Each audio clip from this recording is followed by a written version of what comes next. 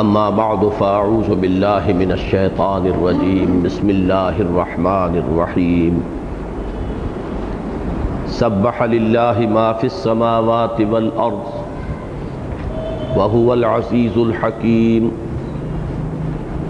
له ملک السماوات والارض یحیی ویمیت وهو علی کل شیء قدیر هو الأول والآخر والظاهر والباطن وهو بكل شيء عليم هو الذي خلق السماوات والأرض في 6 أيام ثم استوى على العرش يعلم ما يلج في الأرض وما يخرج منها وما ينزل من السماء وما يعرج فيها وَهُوَ مَعَكُمْ أَيْنَمَا كُنْتُمْ وَاللَّهُ بِمَا تَعْمَلُونَ بَصِيرٌ لَهُ مُلْكُ السَّمَاوَاتِ وَالْأَرْضِ وَإِلَى اللَّهِ تُرْجَعُ الْأُمُورُ يُولِجُ اللَّيْلَ فِي النَّهَارِ وَيُولِجُ النَّهَارَ فِي اللَّيْلِ وَهُوَ عَلِيمٌ بِذَاتِ الصُّدُورِ آمنوا باللہ ورسولہ وانفقوا مما جعلکم مستخلفین فیہ فالذین آمنوا منکم وانفقوا لهم اجر کبیر وما لکم لا تؤمنون باللہ والرسول يدعوکم لتؤمنوا بربکم وقد اخذ میثاقکم ان کنتم مؤمنین هو الذي ينزل على عبده آيات بينات ليخرجكم من الظلمات إلى النور وإن الله بكم لرؤوف رحيم وما لكم ألا تنفقوا في سبيل الله ولله ميراث السماوات والأرض لا يستوي منكم من أنفق من قبل الفتح وقاتل اولئک اعظم درجة من الذین انفقوا من بعد وقاتلوا وکلا وعد اللہ الحسنى واللہ بما تعملون خبیر من ذا الذی یقرض اللہ قرضا حسنا فیضاعفہ له وله اجر کریم یوم تری المؤمنین والمؤمنات یسعی نورهم بین ایدیہم وبایمانہم بشراکم اليوم جنات تجری من تحتها الانہار خالدین فیہا ذالک هو الفوز العظیم صدق اللہ العظیم رب اشرح لی صدری ویسر لی امری واحلل عقدۃ من لسانی یفقہوا قولی اللہم ربنا نور قلوبنا بالایمان واشرح صدورنا للاسلام اللہم ربنا الہمنا رشدنا واعذنا من شرور انفسنا آمین یا رب العالمین۔ حضرات، آج مجھے ایک تو یہ تشویش لاحق ہے کہ آج ہمارا یہ تیسرا درس ہے اور ابھی ہم سورہ حدید کی تیسری آیت ہی پر غور کر رہے ہیں، جبکہ میں نے جو پروگرام بنایا تھا اس کی روح سے آج ہمیں جتنی میں نے تلاوت کی ہے 12ویں آیت تک، اس حد تک اپنے مطالعے کو پہنچا لینا چاہیے تھا۔ دوسری تشویش مجھے اس اعتبار سے ہے کہ ذات و صفات باری تعالیٰ کی بحث کچھ بہت طوالت اختیار کر گئی ہے، اور وحدت الوجود اور وحدت الشہود کی بحث جو اکثر و بیشتر حضرات کے ذوق سے مناسبت نہیں رکھتی، اس میں بھی کچھ زیادہ وقت صرف ہو رہا ہے۔ اس ضمن میں یہ بات میں عرض کر دوں کہ مجھے نہ آپ حضرات سے وحدت الوجود منوانا ہے نہ وحدت الشہود منوانا ہے، یہ علمی مسائل ہیں۔ عملی اعتبار سے دین کا جو معاملہ ہے اس کے ساتھ ان کا تعلق بہت کم ہے، اور انسانوں کی عظیم اکثریت جو ہے ان کو ان مسائل سے دلچسپی نہیں ہوتی، لیکن میری اس میں جو غرض و غایت ہے وہ میں بیان کر چکا ہوں کہ بدقسمتی سے ہمارے اکابر میں، اسلاف میں بہت سے لوگوں کے بارے میں یہ بات تو معلوم ہے کہ وہ وحدت الوجود کے قائل تھے، لیکن وحدت الوجود کی جو عامیانہ تشریح لوگوں کے ذہنوں میں ہے، اس کی روح سے وہ شرک بنتا ہے، کفر بنتا ہے۔ اس وجہ سے ان کے ساتھ ایک سوء ظن ہے کہ جو عام طور پر پایا جاتا ہے۔ میں یہ مقصد ضرور اپنے سامنے رکھتا ہوں کہ کوئی شخص اس سے اختلاف کرے، قبول کرے نہ کرے، یہ علیحدہ بحث ہے، لیکن ان حضرات سے، اسلاف سے، ان بزرگوں سے سوء ظن میں مبتلا ہو جانا یہ ہمارا بہت بڑا نقصان ہے۔ باقی یہ کہ اس سے دلچسپی کسی کو ہو نہ ہو، اس سے کوئی کمی یا نقص اس کے دین میں واقع نہیں ہوگا۔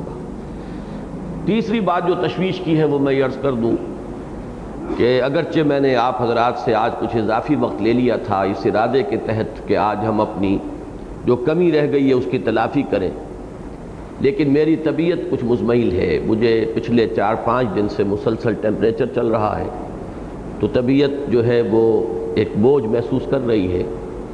بہرحال میرا ارادہ پھر بھی وہی ہے کہ آپ سے جو اضافی وقت لیا ہے وہ استعمال کر کے اور پروگرام کے مطابق ہم 12ویں آیت تک آج پہنچ جائیں۔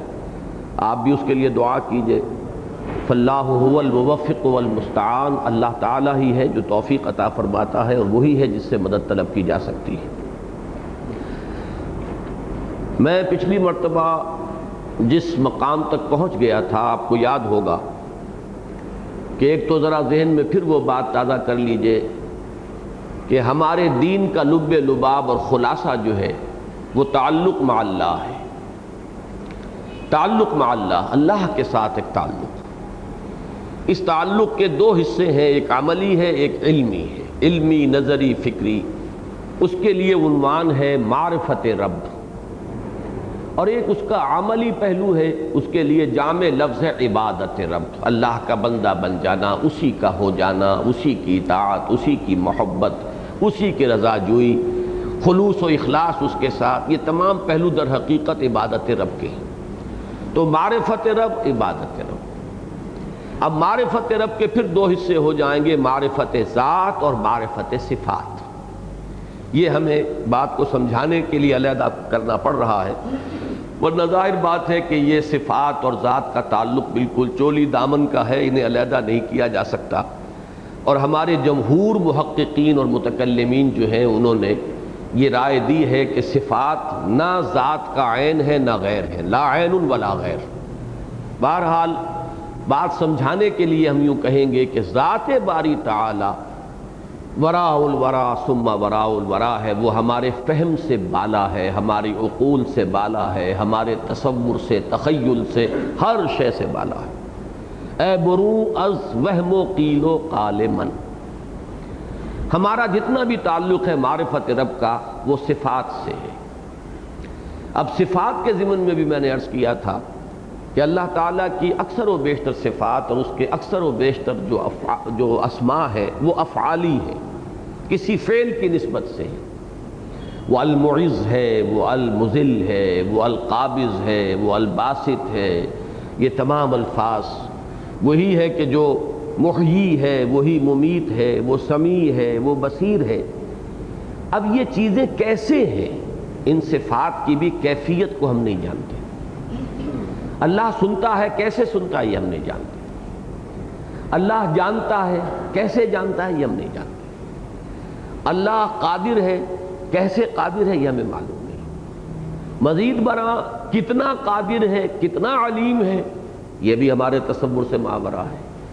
اس کتنے کے ضمن میں ہمارے پاس ایک لفظ ہے جس کے دامن میں ہم پناہ لینے پر مجبور ہیں، لفظ کل۔ اور وہ میں عرض کر چکا ہوں، یہ لفظ کل بھی ہر شخص کے ذہنی ظرف کے مطابق اس کا اپنا ایک کل ہوگا، اس سے آگے وہ جا ہی نہیں سکتا، وہ اس کے اختیار سے باہر ہے۔ تو یہی میں نے عرض کیا تھا کہ ہوا علی کل شیء قدیر ہوا بکل شیء علیم، یہ لفظ کل ہے کہ جو ہماری پناہ گاہ ہے صفات کے ضمن میں۔ اور ایک دھندلا سا تصور، سماعت، بصارت، ارادہ، مشیت، یہ تمام افعال جو ہیں اللہ تعالیٰ کے، ان کو ہم جس خیر کا، جس خوبی کا تصور کر سکتے ہیں، ہم مانتے ہیں کہ وہ اللہ تعالیٰ کی ذات میں بتمام و کمال موجود ہے۔ اب مسئلہ ہے اصل میں کہ جو وحدت الوجود اور وحدت الشہود اور توحید وجودی جس گوشے سے متعلق ہے، اس کا عنوان ہے خلق اور خالق کے مابین تعلق کی نوعیت کیا ہے۔ اللہ خالق ہے، کل کائنات مخلوق ہے، ہم بھی مخلوق ہیں، فرشتے بھی مخلوق ہیں، روح بھی مخلوق ہے، مادہ بھی مخلوق ہے، ہر شے مخلوق ہے۔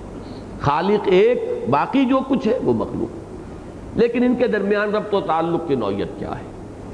ایک تو جیسا کہ میں نے عرض کیا، بہت ہی جو ریڈیمنٹری قسم کا ذہن ہو، بہت ہی محدود اور بہت ہی ابتدائی درجے میں ہو فہم، تو ایک تصور یہ ہوتا ہے کہ کوئی شے پہلے سے موجود تھی، خالق نے اس کو کسی اور صورت میں ڈھال دیا، جیسے لکڑی تھی، بڑھئی نے اس سے کرسی یا میز بنا دی۔ اب وہ علیحدہ ہے، یہ علیحدہ ہے، اس میں ظاہر بات ہے کہ تعدد قدمہ لازم آ جائے گا، خالق بھی ہمیشہ سے، مادہ بھی ہمیشہ سے۔ ایک اور تسلیس جسے آپ کہیں گے، ہندوؤں کے ہاں وہ پائی جاتی ہے، یہ دو ساری چیزیں ہندو فلسفے کی ہیں، وہ مادے کو بھی قدیم مانتے ہیں۔ ایک سکول آف تھاٹ ان کے ہاں یہ ہے کہ خدا بھی قدیم، مادہ بھی قدیم، روح بھی قدیم، تین قدیم ہو گئے۔ ظاہر بات ہے کہ یہ تو کھلم کھلا صریحاً شرک ہے۔ ایک تصور جو توحید کی طرف آیا، وحدت تو اس میں ہو جاتی ہے، لیکن یہ کہ وہ ایک دوسری بہت بڑی گمراہی ہے کہ جو اس کے وجود میں آتی ہے، وہ یہ تصور ہے کہ جیسے برف تھی پگھل کر پانی بن گئی۔ اب برف کہاں ہے؟ پانی ہی برف ہے۔ پانی کو آپ نے آگ پر گرم کرنا شروع کیا، ایک وقت آیا گرم ہوتے ہوتے وہ بھاپ بن کر اڑ گیا، اب وہ بھاپ ہی پانی ہے، وہی برف ہے، شکل بدل لی۔ تو ایک تصور یہ رہا، یہ بھی ہندوؤں کے ہاں بہت زیادہ ہے، اور وہ یہ ہے کہ یہ در حقیقت وہی جو ہستی تھی، اسی نے یہ شکل اختیار کر لی ہے۔ اس اعتبار سے اب ہر شے، تمام جتنی بھی موجودات ہیں، وہ گویا کہ ذات باری تعالیٰ کا جز بن جاتی ہیں، اور ہر شے جو ہے الوہیت سے متصف ہو جاتی ہے۔ ہمہ اوست کی یہ ہے در حقیقت، ہمہ اوست وہی ہے، جو کچھ ہے وہی ہے۔ یہ بھی شرک ہے، بدترین شرک ہے، بدترین گمراہی ہے، ضلالت ہے، زندقہ ہے۔ اب ایک تیسری بات جو میں نے عرض کی تھی حضرت مجدد الفسانی رحمۃ اللہ علیہ کے حوالے سے، اور مسلمان صوفیاء جتنے ہیں ان سب کے حوالے سے، اصولاً وہ بات یہ ہے کہ یہ کائنات جو نظر آ رہی ہے، اس کی کوئی حقیقت ہے ہی نہیں، اس کا حقیقی وجود ہے ہی نہیں۔ وجود حقیقی صرف اللہ کا ہے، یہ تو صرف عکس ہے، یا جیسے آئینے کے اندر عکس آ جاتا ہے، یا سائے ہیں، ظلال ہیں۔ حضرت مجدد الفسانی رحمۃ اللہ علیہ اس کائنات کو، جملہ مخلوقات کو اللہ کے اسماء و صفات کا ظل، اضلال کہتے ہیں، ذات کا بھی نہیں، اسماء و صفات کے اضلال ہیں۔ یہ ہے حضرت مجدد رحمۃ اللہ علیہ کا موقف۔ ان تمام صوفیاء کے نزدیک یہ جو کائنات ہے، یہ در حقیقت عدم کے درجے میں ہے، جو شے ہے وہ اصلاً معدوم ہے، اس کی کوئی حقیقت نہیں، حقیقی وجود نہیں ہے۔ اس کی بہت سی مثالیں ہیں۔ ایک مثال میں بیان کر چکا تھا کہ حضرت مجدد الفسانی رحمۃ اللہ علیہ نے یہ اختیار فرمائی ہے کہ آپ ایک لکڑی لیں، اس کے ایک سرے پر کپڑا باندھ دیں، اس میں آپ مٹی کا تیل ڈالیں، آگ دکھائیں، شعلہ بن گیا، ایک شعلہ جوالہ آپ کے پاس ہے۔ اس لکڑی کو تیزی کے ساتھ ایک دائرے میں حرکت دیں گے تو دیکھنے والوں کو ایک آتشی دائرہ نظر آئے گا، نظر آ رہا ہے، محسوس ہو رہا ہے، لیکن سب جانتے ہیں کہ ہے نہیں، ہر چند کہیں کہ ہے نہیں ہے۔ بس اسی درجے میں یہ کائنات ہے، اس کی کوئی حقیقت نہیں ہے، وجود صرف اللہ کا ہے۔ تو اب یہ جو معاملہ ہے میں نے عرض کیا تھا، اس کی بالکل ضد ہو گیا۔ ہمہ اوست میں اس کائنات کو حقیقی مان کر اللہ کو اس کی ذات میں گم کر دیا گیا، جبکہ یہ جو تصورات ہیں وحدت الوجود یا وحدت الشہود یا توحید وجودی، شاہ ولی اللہ دہلوی رحمۃ اللہ علیہ نے یہ اصطلاح استعمال کی ہے۔ انہوں نے وحدت الوجود اور وحدت الشہود کو جمع کیا ہے ایک اصطلاح میں، اور ان کا موقف یہ ہے کہ ان دونوں اصطلاحوں کے مابین کوئی فرق نہیں ہے، بنیادی تعبیر کا فرق ہے۔ وہ یہ ہے جو میں نے عرض کیا ہے کہ کائنات جو بھی نظر آ رہی ہے، اس کی کوئی حقیقت نہیں ہے، در حقیقت اللہ کا وجود ہے، باقی یہ سب سائے ہیں، اضلال ہیں، ان کی کوئی حقیقت نہیں، حقیقت عدم ہے۔ تو جیسا کہ میں نے عرض کیا کہ اب اس میں اختلاف کر سکتا ہے کوئی شخص، کرے، کوئی حرج نہیں، اس کے دین میں، اس کے ایمان میں کوئی کمی نہیں ہوگی، لیکن یہ ہے کہ اس کے اور اس کے درمیان کنفیوژن پیدا نہ کیا جائے۔ اگر اس کو کنفیوز کیا جائے گا اس کے ساتھ تو پھر سوء ظن پیدا ہوگا بہت بڑی بڑی ہستیوں سے، اسلاف میں سے، اور وہ میں نے عرض کیا ہے کہ وہ ہمارا ایک بہت بڑا لاس ہے، بہت بڑا نقصان ہے، جس سے ہمیں اپنے آپ کو بچانا ہے۔ اب گفتگو جو پہنچی تھی پچھلی مرتبہ وہ اس جگہ کہ بہترین مثال جو میرے نزدیک ہے وہ مولانا مناظر احسن گیلانی رحمۃ اللہ علیہ نے الدین القیم میں دی. ان کی مثال یہ ہے کہ ذرا ہم اپنے ذہن میں اگر کسی نے تاج محل دیکھا ہے تو تاج محل، یا کسی نے یہ مینار پاکستان دیکھا ہے تو مینار پاکستان کا تصور قائم کریں. یہ تصور ہمارے ذہنوں میں آیا، یہ ہماری ایک ذہنی تخلیق ہے. ہم نے اپنے ذہن میں اپنے تصور میں ایک حیولہ تخلیق کیا ہے، اور اس کو ہم جب تک اپنی توجہ کو اس پر مرتکز رکھیں گے وہ حیولہ ہمارے ذہن میں رہے گا، لیکن اس کا کوئی وجود نہیں ہے. ہم ہی ہیں، اندر بھی باہر بھی، دائیں بھی بائیں بھی، اوپر بھی نیچے بھی، وجود تو ہمارا ہے. ہماری اس ذہنی تخلیق کا، ہمارے اس تصور کا جو حیولہ ہم نے بنایا ہے اس کا کوئی وجود نہیں. اس کا اندر، اس کا باہر، اس کا ظاہر، اس کا باطن، اس کے اوپر، اس کے نیچے، اس کے دائیں، اس کے بائیں، اس کے سامنے، اس کے پیچھے، سب در حقیقت تو وجود ہمارا ہے. یہ ہے در حقیقت تعبیر صحیح ترین. اور جس آیت پر کہ ہم پہنچے ہیں اصل میں، اس آیت کے الفاظ پر اگر توجہ کی جائے اور اس کا حق ادا کیا جائے تو یہی کچھ نوعیت بنتی ہے. هو الاول والآخر والظاہر والباطن.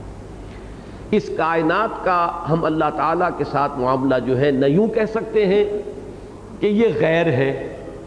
غیر کہتے ہیں تو اللہ کی ذات محدود ہوتی ہے. نہ یہ کہہ سکتے ہیں یہ عین خدا باری تعالیٰ ہے، اس لیے کہ اس سے تو پھر وہ حباؤست ہو گیا. اب یہ ہے وہ انتہائی تلوار کی دھار کے مانند تیز اور بال سے زیادہ باریک راستہ، جس کے بارے میں میں نے الفاظ آپ کو سنائے تھے. حضرت صاحب تفسیر کبیر امام راضی رحمۃ اللہ علیہ کے کہ اعلم ان ھذا المقام مقام غامض محیب عمیق. یہ بڑا کٹھن مقام ہے، بہت مشکل مقام ہے، بہت گہرا اور عمیق مقام ہے، بہت پر ہیبت اور پر جلالت مقام ہے. یہاں سے عافیت کے ساتھ گزر جانا چاہیے. ذرا سا ادھر ہوتے ہیں تو گمراہی، ذرا سا ادھر ہوتے ہیں تو گمراہی. اس آیہ مبارکہ کے بارے میں اور چار اسماء کے بارے میں پہلی بات جس کی طرف میں نے توجہ دلائی تھی، اب میں یہاں یہ عرض کر دوں کہ چونکہ اب یہاں پر درس میرا تسلسل کے ساتھ یہاں پہنچا ہے تو میں دیانت کا تقاضا یہ سمجھتا ہوں کہ جو کچھ میں سمجھ پا رہا ہوں اس آیہ مبارکہ سے وہ میں آپ کے سامنے بیان کر دوں. پھر میں عرض کروں گا اس سے اختلاف ہر شخص کو کرنے کا حق حاصل ہے اور کوئی ضروری نہیں ہے کہ میری بات سے اتفاق کیا جائے، لیکن دیانت کا تقاضا یہ ہے کہ جو بھی تصور میرے ذہن میں ہے اور جو مفہوم میں نے سمجھا ہے وہ میں آپ کے ساتھ شیئر کروں، آپ کے سامنے رکھ دوں. پہلی بات جس کی طرف میں نے توجہ دلائی تھی وہ یہ ہے کہ پورے قرآن مجید میں اللہ تعالیٰ کے اسماء و صفات جوڑوں کی شکل میں آتی ہیں یا کہیں چار چار آئی ہیں. ایک جگہ پر ہم نے دیکھا تسلسل کے ساتھ 8 بھی آ گئی، لیکن یہ کہ کہیں بھی حرف واو حرف عطف درمیان میں نہیں آتا سوائے اس مقام کے هو الاول والآخر والظاہر والباطن. اب یہ کوئی اتفاقی بات تو نہیں ہو سکتی. کسی اور مصنف کی کتاب ہو تو ہم کہہ سکتے ہیں کہ کوئی سلپ آف پین ہے یا ایسے ہی کوئی بات ہو گئی ہے اتفاقاً. یہ تو کلام اللہ ہے، اس کا ہر حرف جو ہے وہ اپنی جگہ پر عین حق ہے، قطعی ہے، یقینی ہے، حکمت کی بنیاد پر ہے. لہذا یہ فرق جو ہے وہ یقیناً کسی بنیاد پر ہے. اگرچہ میں نے محسوس کیا کہ اکثر و بیشتر حضرات نے ادھر توجہ نہیں فرمائی کہ آخر کیا بات ہے. اس کے لیے پہلی بات تو جو سمجھ میں آتی ہے بالکل سطحی اعتبار سے کہ یہ اسماء در حقیقت اول و آخر یہ بیک وقت نہیں ہو سکتے. اول و آخر کے الفاظ خود بول رہے ہیں کہ کوئی نہ کوئی درمیان میں وقفہ ہوگا.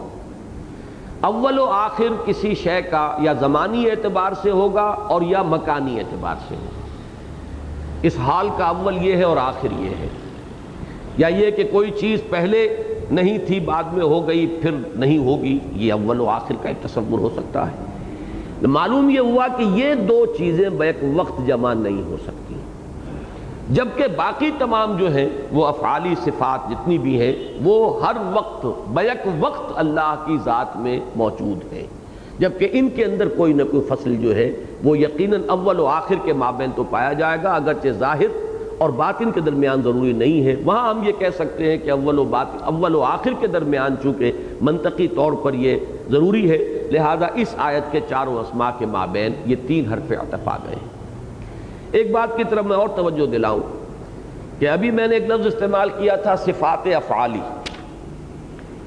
ان صفات یا ان اسماء پر جب غور کریں گے ان میں کوئی فعلیت نہیں ہے، وہ اول ہے، وہ آخر ہے، وہ ظاہر ہے، وہ باطن ہے۔ یہ کیفیت کو ظاہر کر رہے ہیں، کسی فعلیت کے اوپر دلالت نہیں کرتے۔ یوں سمجھیے کہ ذات و صفات کا جو مرکب ہے یہ کمپلیکس ہے۔ جیسے میں نے سورۃ العصر کے ضمن میں عرض کیا ہے اور میرے کتابچے میں وہ بحث موجود ہے کہ آج کا جو یہ تصور ہے کہ زمان و مکان ایک وحدت ہے اور ٹائم بھی 4th ڈائمنشن ہے اسپیس کا، ٹائم اینڈ اسپیس کمپلیکس ایک حقیقت ہے، اس کی یہ ایک مرکب ہے، علیحدہ علیحدہ نہیں ہے۔ لیکن یہ کہ سورۃ العصر میں اس ٹائم اینڈ اسپیس کمپلیکس کے زمانی جو ایلیمنٹ ہے اس کی طرف زیادہ توجہ ہے، زیادہ اشارہ ہے، اور لفظ دہر میں اس کے مکانی پہلو کی طرف زیادہ اشارہ ہے۔ اسی طرح یہاں یہ سمجھیے کہ ذات و صفات کے ضمن میں جتنی بقیہ صفات ہیں وہ فعلیت پر دلالت کرتی ہیں، جبکہ یہ 4 اسماء ذات پر دلالت کرنے والے ہیں۔ زیادہ ادھر اشارہ ہے، یہ کچھ کیفیات ہیں کہ جن کا کسی فعلیت کے ساتھ کوئی تعلق نہیں ہے۔ هو الاول والآخر والظاہر والباطن، اور یہی در حقیقت ساری جو اس کے اندر مشکل ہے وہ اسی چیز میں مضمر ہے کہ اس میں صفات جو ہے وہ افعالی نہیں بلکہ در حقیقت ان کی زیادہ جو ہے جو رخ ہے وہ ذات کی طرف ہے، اور ذات ہی تو اللہ تعالیٰ کی، جیسا کہ میں عرض کر چکا ہوں، وہ ہے کہ جس کے بارے میں کوئی تصور قائم کرنا جو ہے وہ محال ہے ہمارے لیے۔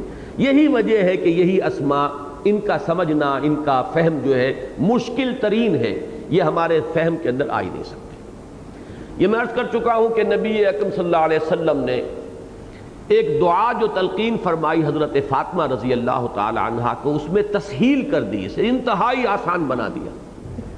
میں نے اب بھی نماز مغرب کے بعد وہ دعا جو ہے شامل کی اپنی دعا میں، انت الاول فلیس قبلک شیء وانت الآخر فلیس بعدک شیء وانت الظاہر فلیس فوقک شیء وانت الباطن فلیس دونک شیء۔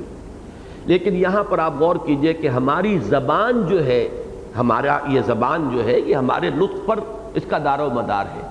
ہمارا نطق جو ہے وہ ہمارے مشاہدات پر مبنی ہوتا ہے۔ یہ زبان اتنی محدود ہے کہ یہ اس پورے تصور کو کتنی بھی آپ کوشش کر لیجئے جمع نہیں کر سکتی۔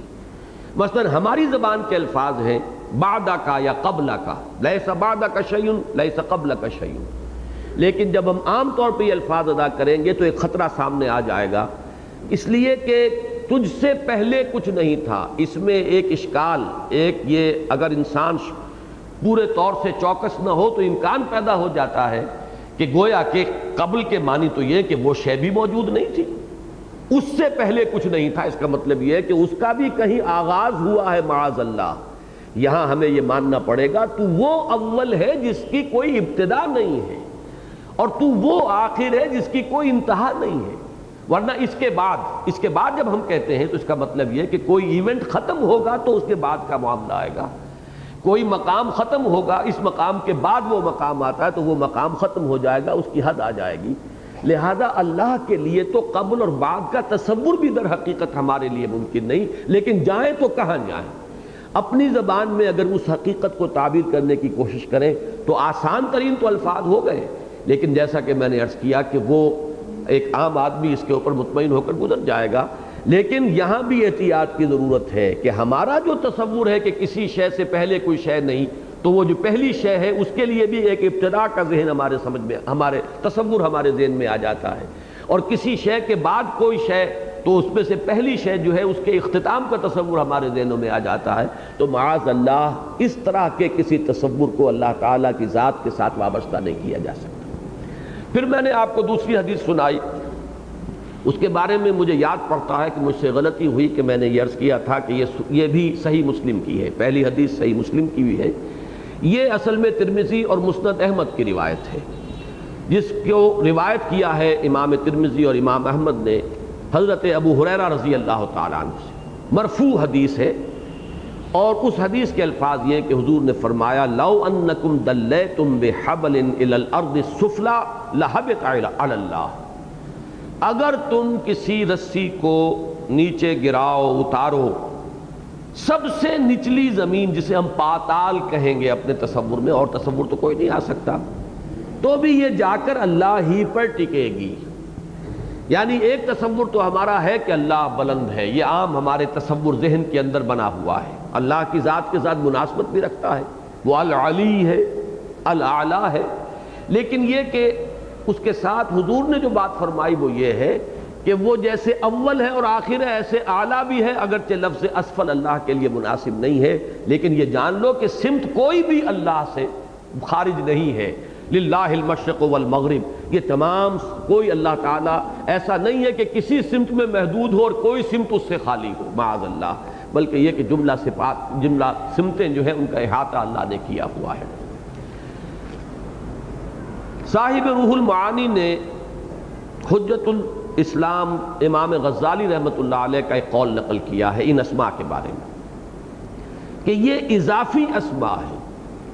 لفظ اول و آخر، ظاہر و باطن جب بھی بولا جاتا ہے تو مضاف کی حیثیت سے آتا ہے، اس کے ساتھ کوئی نہ کوئی مضاف الیہ ہوتا ہے۔ کس چیز کا اول، کس کا آخر، کس کا ظاہر، کس کا باطن، جیسے کہ اسی صورت میں آئے گا آگے چل کر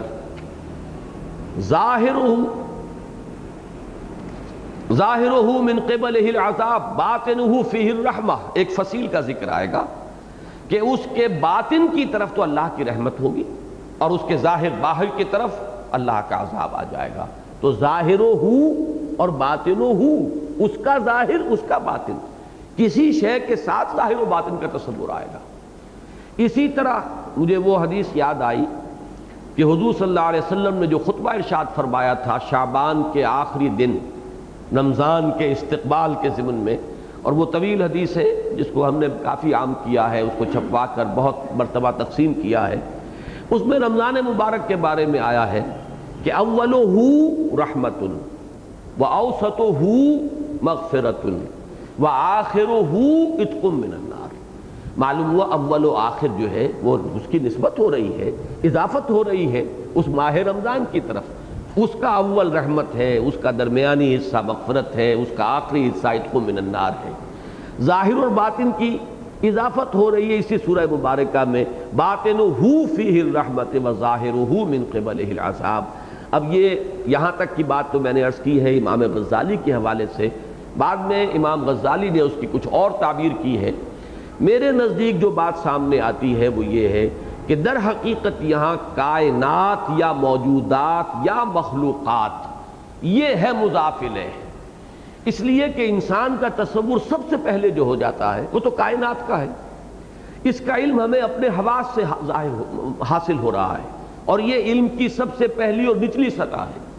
ہم دیکھ رہے ہیں کائنات ہے، ہم کچھ سنتے ہیں، ہم دیکھتے ہیں، ہم چکھتے ہیں، چھوتے ہیں، سونگھتے ہیں، یہ تمام جو ہے، اور جیسا کہ میں نے کل بھی عرض کیا تھا جتنا علم ہمارا آگے بڑھا ہے ہماری ان صلاحیتوں کے اندر کچھ اضافہ ہوا، ایکسٹینشن ہوئی ہے کہ دیکھنے کی صلاحیت پہلے ہماری صرف آنکھ ہوتی تھی، اب آنکھ کے لیے مائکروسکوپ بھی ہے، خوردبین ہے، دوربین ہے، ٹیلیسکوپ ہے۔ اس آنکھ کے عمل کو اس نے بہت آگے بڑھا دیا ہے، ورنہ یہ کہ ہمارا یہ جو بھی کائنات کا جو بھی علم ہے وہ ہمیں حاصل ہو رہا ہے ان حواس کے ذریعے سے۔ یہ پہلی چیز ہے جو ہمارے ذہن کے اوپر منقش ہوتی ہے، اور اس کے حوالے سے اس وقت ہمیں جاننا ہے اللہ کی ذات کو، اللہ کی صفات کو۔ تو یہاں در حقیقت کائنات کے حوالے سے بیان کیا جا رہا ہے، اور یہاں اب آپ نے خود محسوس کر لیا ہوگا کہ وہی تخلیق جس کی مثال میں نے دی ہے مولانا مناظر احسن گیلانی رحمۃ اللہ علیہ کے حوالے سے، اس کا ظاہر، اس کا باطن، اس کا آخر، اس کا اول، اس کے اوپر، اس کے نیچے، اس کے داہنے، اس کے بائیں، کون ہے؟ اللہ۔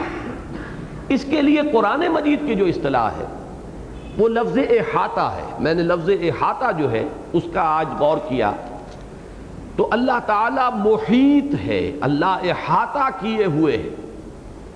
اس کے لیے جو مختلف اسلوب آئے ہیں وہ میں آپ کو اس وقت پڑھ کر سنا رہا ہوں۔ ان اللہ قد احاط بکل شیء علما۔ اب یہاں احاطہ علمی وضاحت کے ساتھ کہہ دیا گیا، یہ سورہ طلاق کی آیت نمبر 12 ہے۔ اللہ تعالی ہر شے کا احاطہ کیے ہوئے ہے علم کے اعتبار سے، یعنی کوئی شے اللہ کے علم سے باہر نہیں ہے۔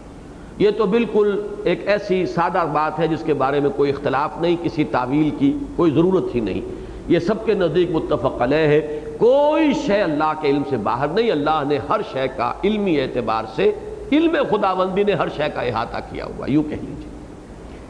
4 آیات میں فرمایا گیا جو کچھ تم کرتے ہو اس کا بھی اللہ تعالیٰ احاطہ کیے ہوئے۔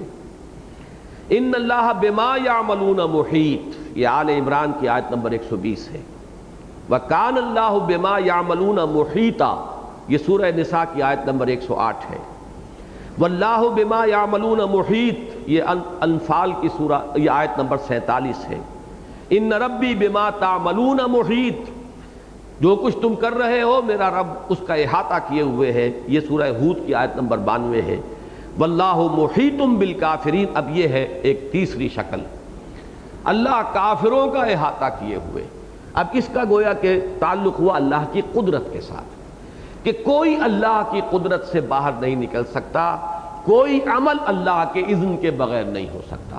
ایک عمل ہم کرتے ہیں لیکن یہ کہ ہمارا کوئی عمل اللہ کی قدرت سے باہر نہیں ہے، کہ اللہ نہ اذن دے نہ اجازت دے اور پھر بھی وہ عمل ہم کر گزرے، ناممکن نہیں ہے۔ یہ گویا کہ اللہ کا احاطہ ہے اس کی صفت قدرت کے اعتبار سے۔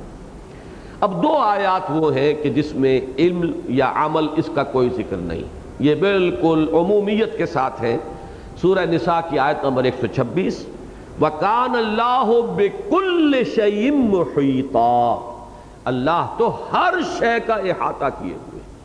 یہاں اب نہ علم کی وضاحت ہوئی ہے، صراحت ہوئی ہے، نہ یہ کہ تمہارے اعمال کا احاطہ کیے ہوئے ہے، بلکہ اب یہاں بغیر ان صراحتوں کے ایک بات کہی گئی ہے علی الاطلاق۔ اسی طرح الا انہ بکل شیء محیط، سورہ حامیم السجدہ آیت نمبر 54، یہ آخری آیت ہے سورہ حامیم السجدہ کی۔ آگاہ ہو جاؤ اللہ ہر شے کا احاطہ کیے ہوئے۔ اب اس کا بھی جو تصور ہے اس میں تعویل ہے ہمارے علماء نے۔ ان تمام چیزوں میں بعض حضرات ایک انتہا پر نکل جاتے ہیں کہ اس کو ظاہر پر وہ محمول کر لیتے ہیں، اور بعض حضرات جو ہیں وہ دوسری انتہا کو جاتے ہیں، لیکن یہ کہ بہرحال تعویل ادھر یا ادھر کیے بغیر چارہ نہیں ہے۔ تو اہل سنت میں سے اکثر کے جو تعویل ہے وہ یہ ہے کہ یہ احاطہ بھی علمی احاطہ ہے، اللہ کی معیت بھی جو ہے ہمارے ساتھ، وَهُوَ مَعَكُمْ أَيْنَمَا كُنْتُمْ، وہ بھی علم اور قدرت کے اعتبار سے معیت ہے۔ ذات باری تعالیٰ کا یہاں پر تصور نہ کیا جائے، اس کا ذکر نہ لایا جائے، اسی میں عافیت ہے، اسی میں انسان کے لیے پناہ ہے، ورنہ یہ کہ ذرا سا ادھر ہٹیں گے تو پھر گمراہی کی طرف جانے کا اندیشہ ہو جائے گا۔ یہ ہے اصل میں جو کہ ہمارے علماء جو ہیں وہ اس احتیاط کے راستے پر چلتے ہیں کہ ان چیزوں میں ہم تعویل کریں گے کہ یہ تمام چیزیں جو ہے ذات باری تعالیٰ کے حوالے سے نہیں بلکہ صفات باری تعالیٰ کے حوالے سے ہیں۔ لیکن یہ کہ جو لوگ ادھر گئے ہیں مزید گہرائی میں، انہوں نے غور کیا ہے، انہوں نے بھی جو رائے قائم کی ہے، تو وہاں تک جس کا نام وحدت الوجود ہے اسے کفر اور شرک نہیں کہا جا سکتا، اس سے اختلاف کیا جا سکتا ہے۔ البتہ ابن عربی کا معاملہ جو ہے وہ ذرا اس پہلو سے میں ذکر کر دیتا ہوں کہ وہ اس میں کچھ غیر محتاط ہوئے ہیں، اس میں کوئی شک نہیں۔ وہ عدم احتیاط کیا ہے کہ اس کائنات کو اللہ کا عین یا غیر، جیسا کہ میں نے عرض کیا تھا صفات باری تعالیٰ کے ضمن میں تو یہ اہل سنت کا اجماع ہے، لا عین ولا غیر، نہ عین ہے نہ غیر ہے۔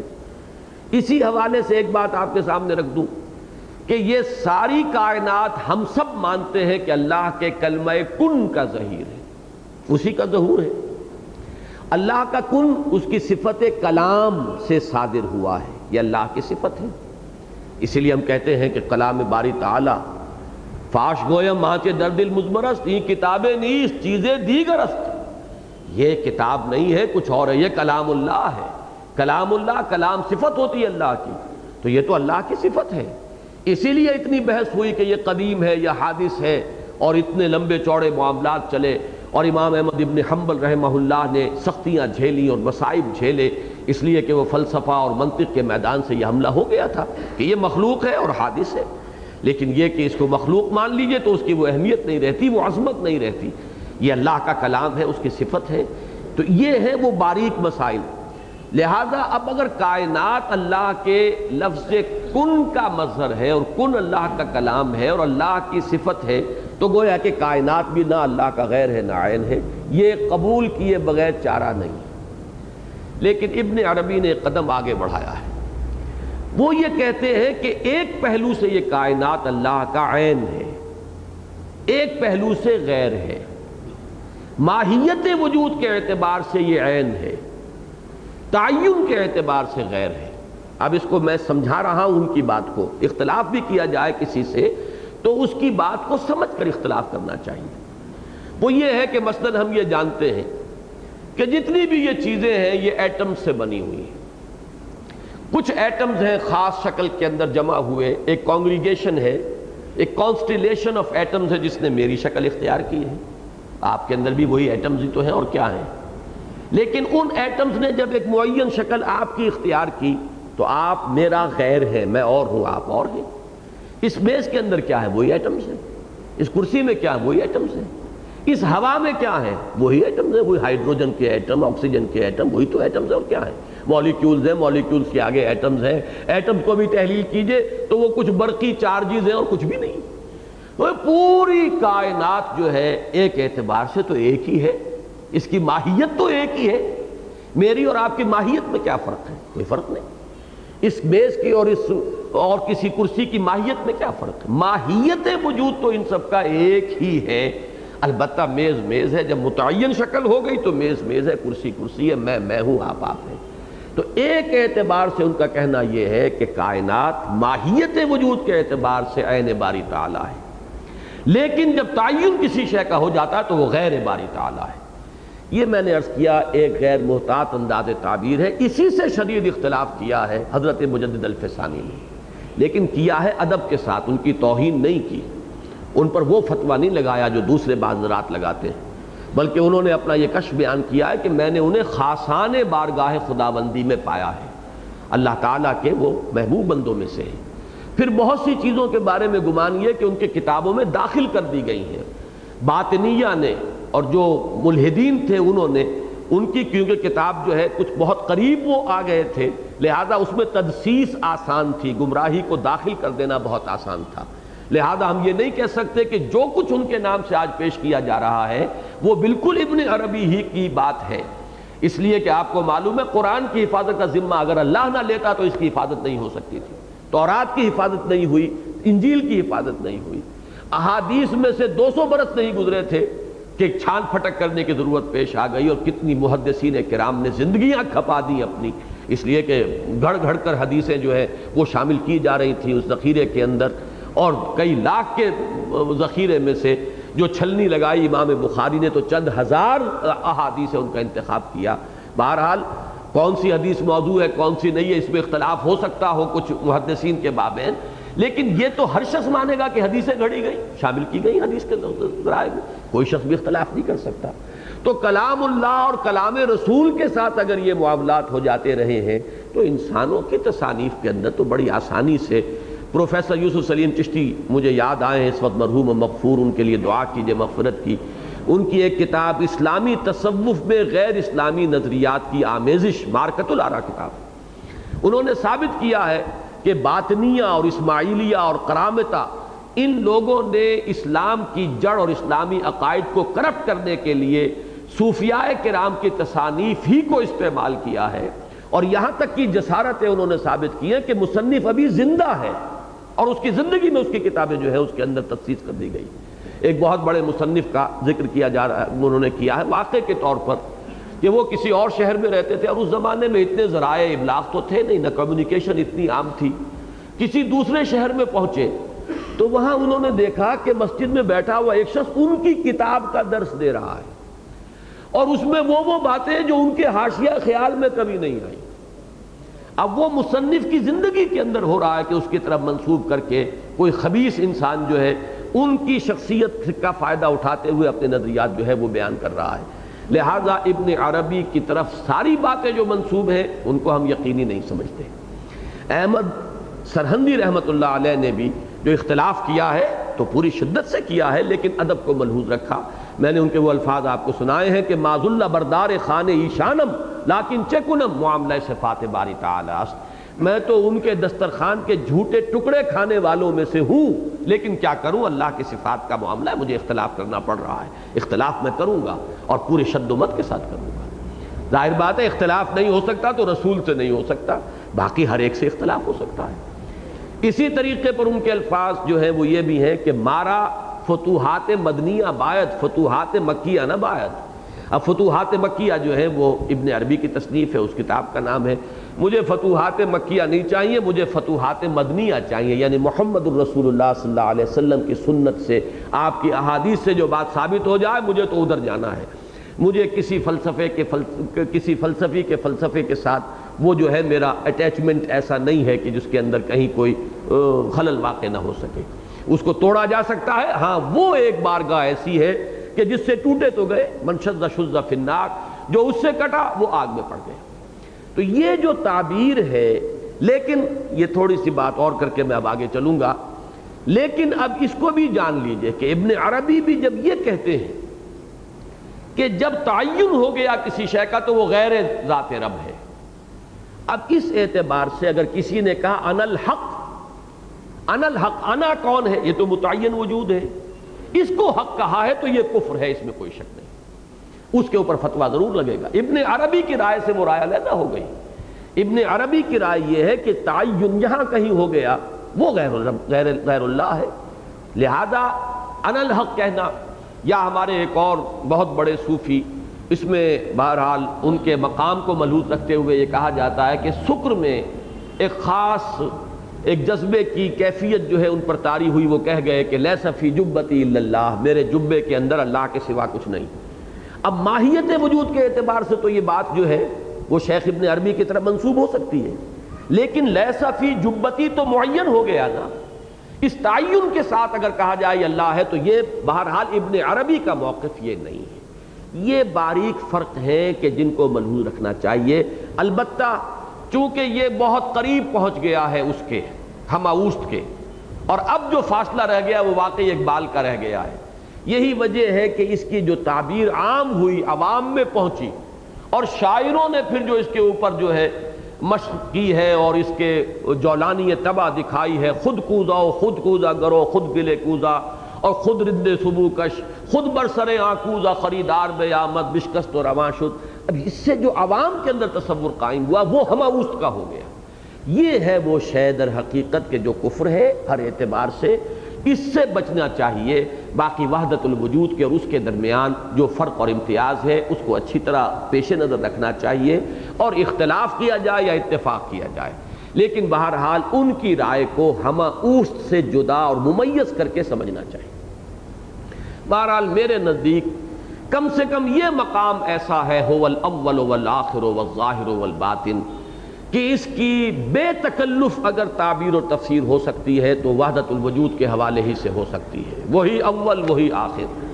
اول و آخر کا ایک تصور تو ہوتا ہے زمانی، پہلے اور بعد کا، ایک تصور مکانی، یہ میز ہے اس کا اول یہ ہے، اس کا آخر یہ ہے، یا ادھر سے جائیں گے تو اس کا اول یہ، اس کا آخر یہ ہے، یا ایک ملک ہے اس کا آغاز وہاں سے ہوا اور اختتام وہاں ہوا، ایک شخص داخل ہوا پشاور سے اور نکل گیا واگا سے، تو یہ اول و آخر زمانی بھی ہوتا ہے۔ اس کائنات کا کل مخلوقات جو نظر آ رہی ہیں اس کا احاطہ اللہ نے کیا ہوا ہے، اور وہی اس کا ظاہر ہے، وہی اس کا باطن ہے، وہی اس کا اول ہے، وہی اس کا آخر ہے۔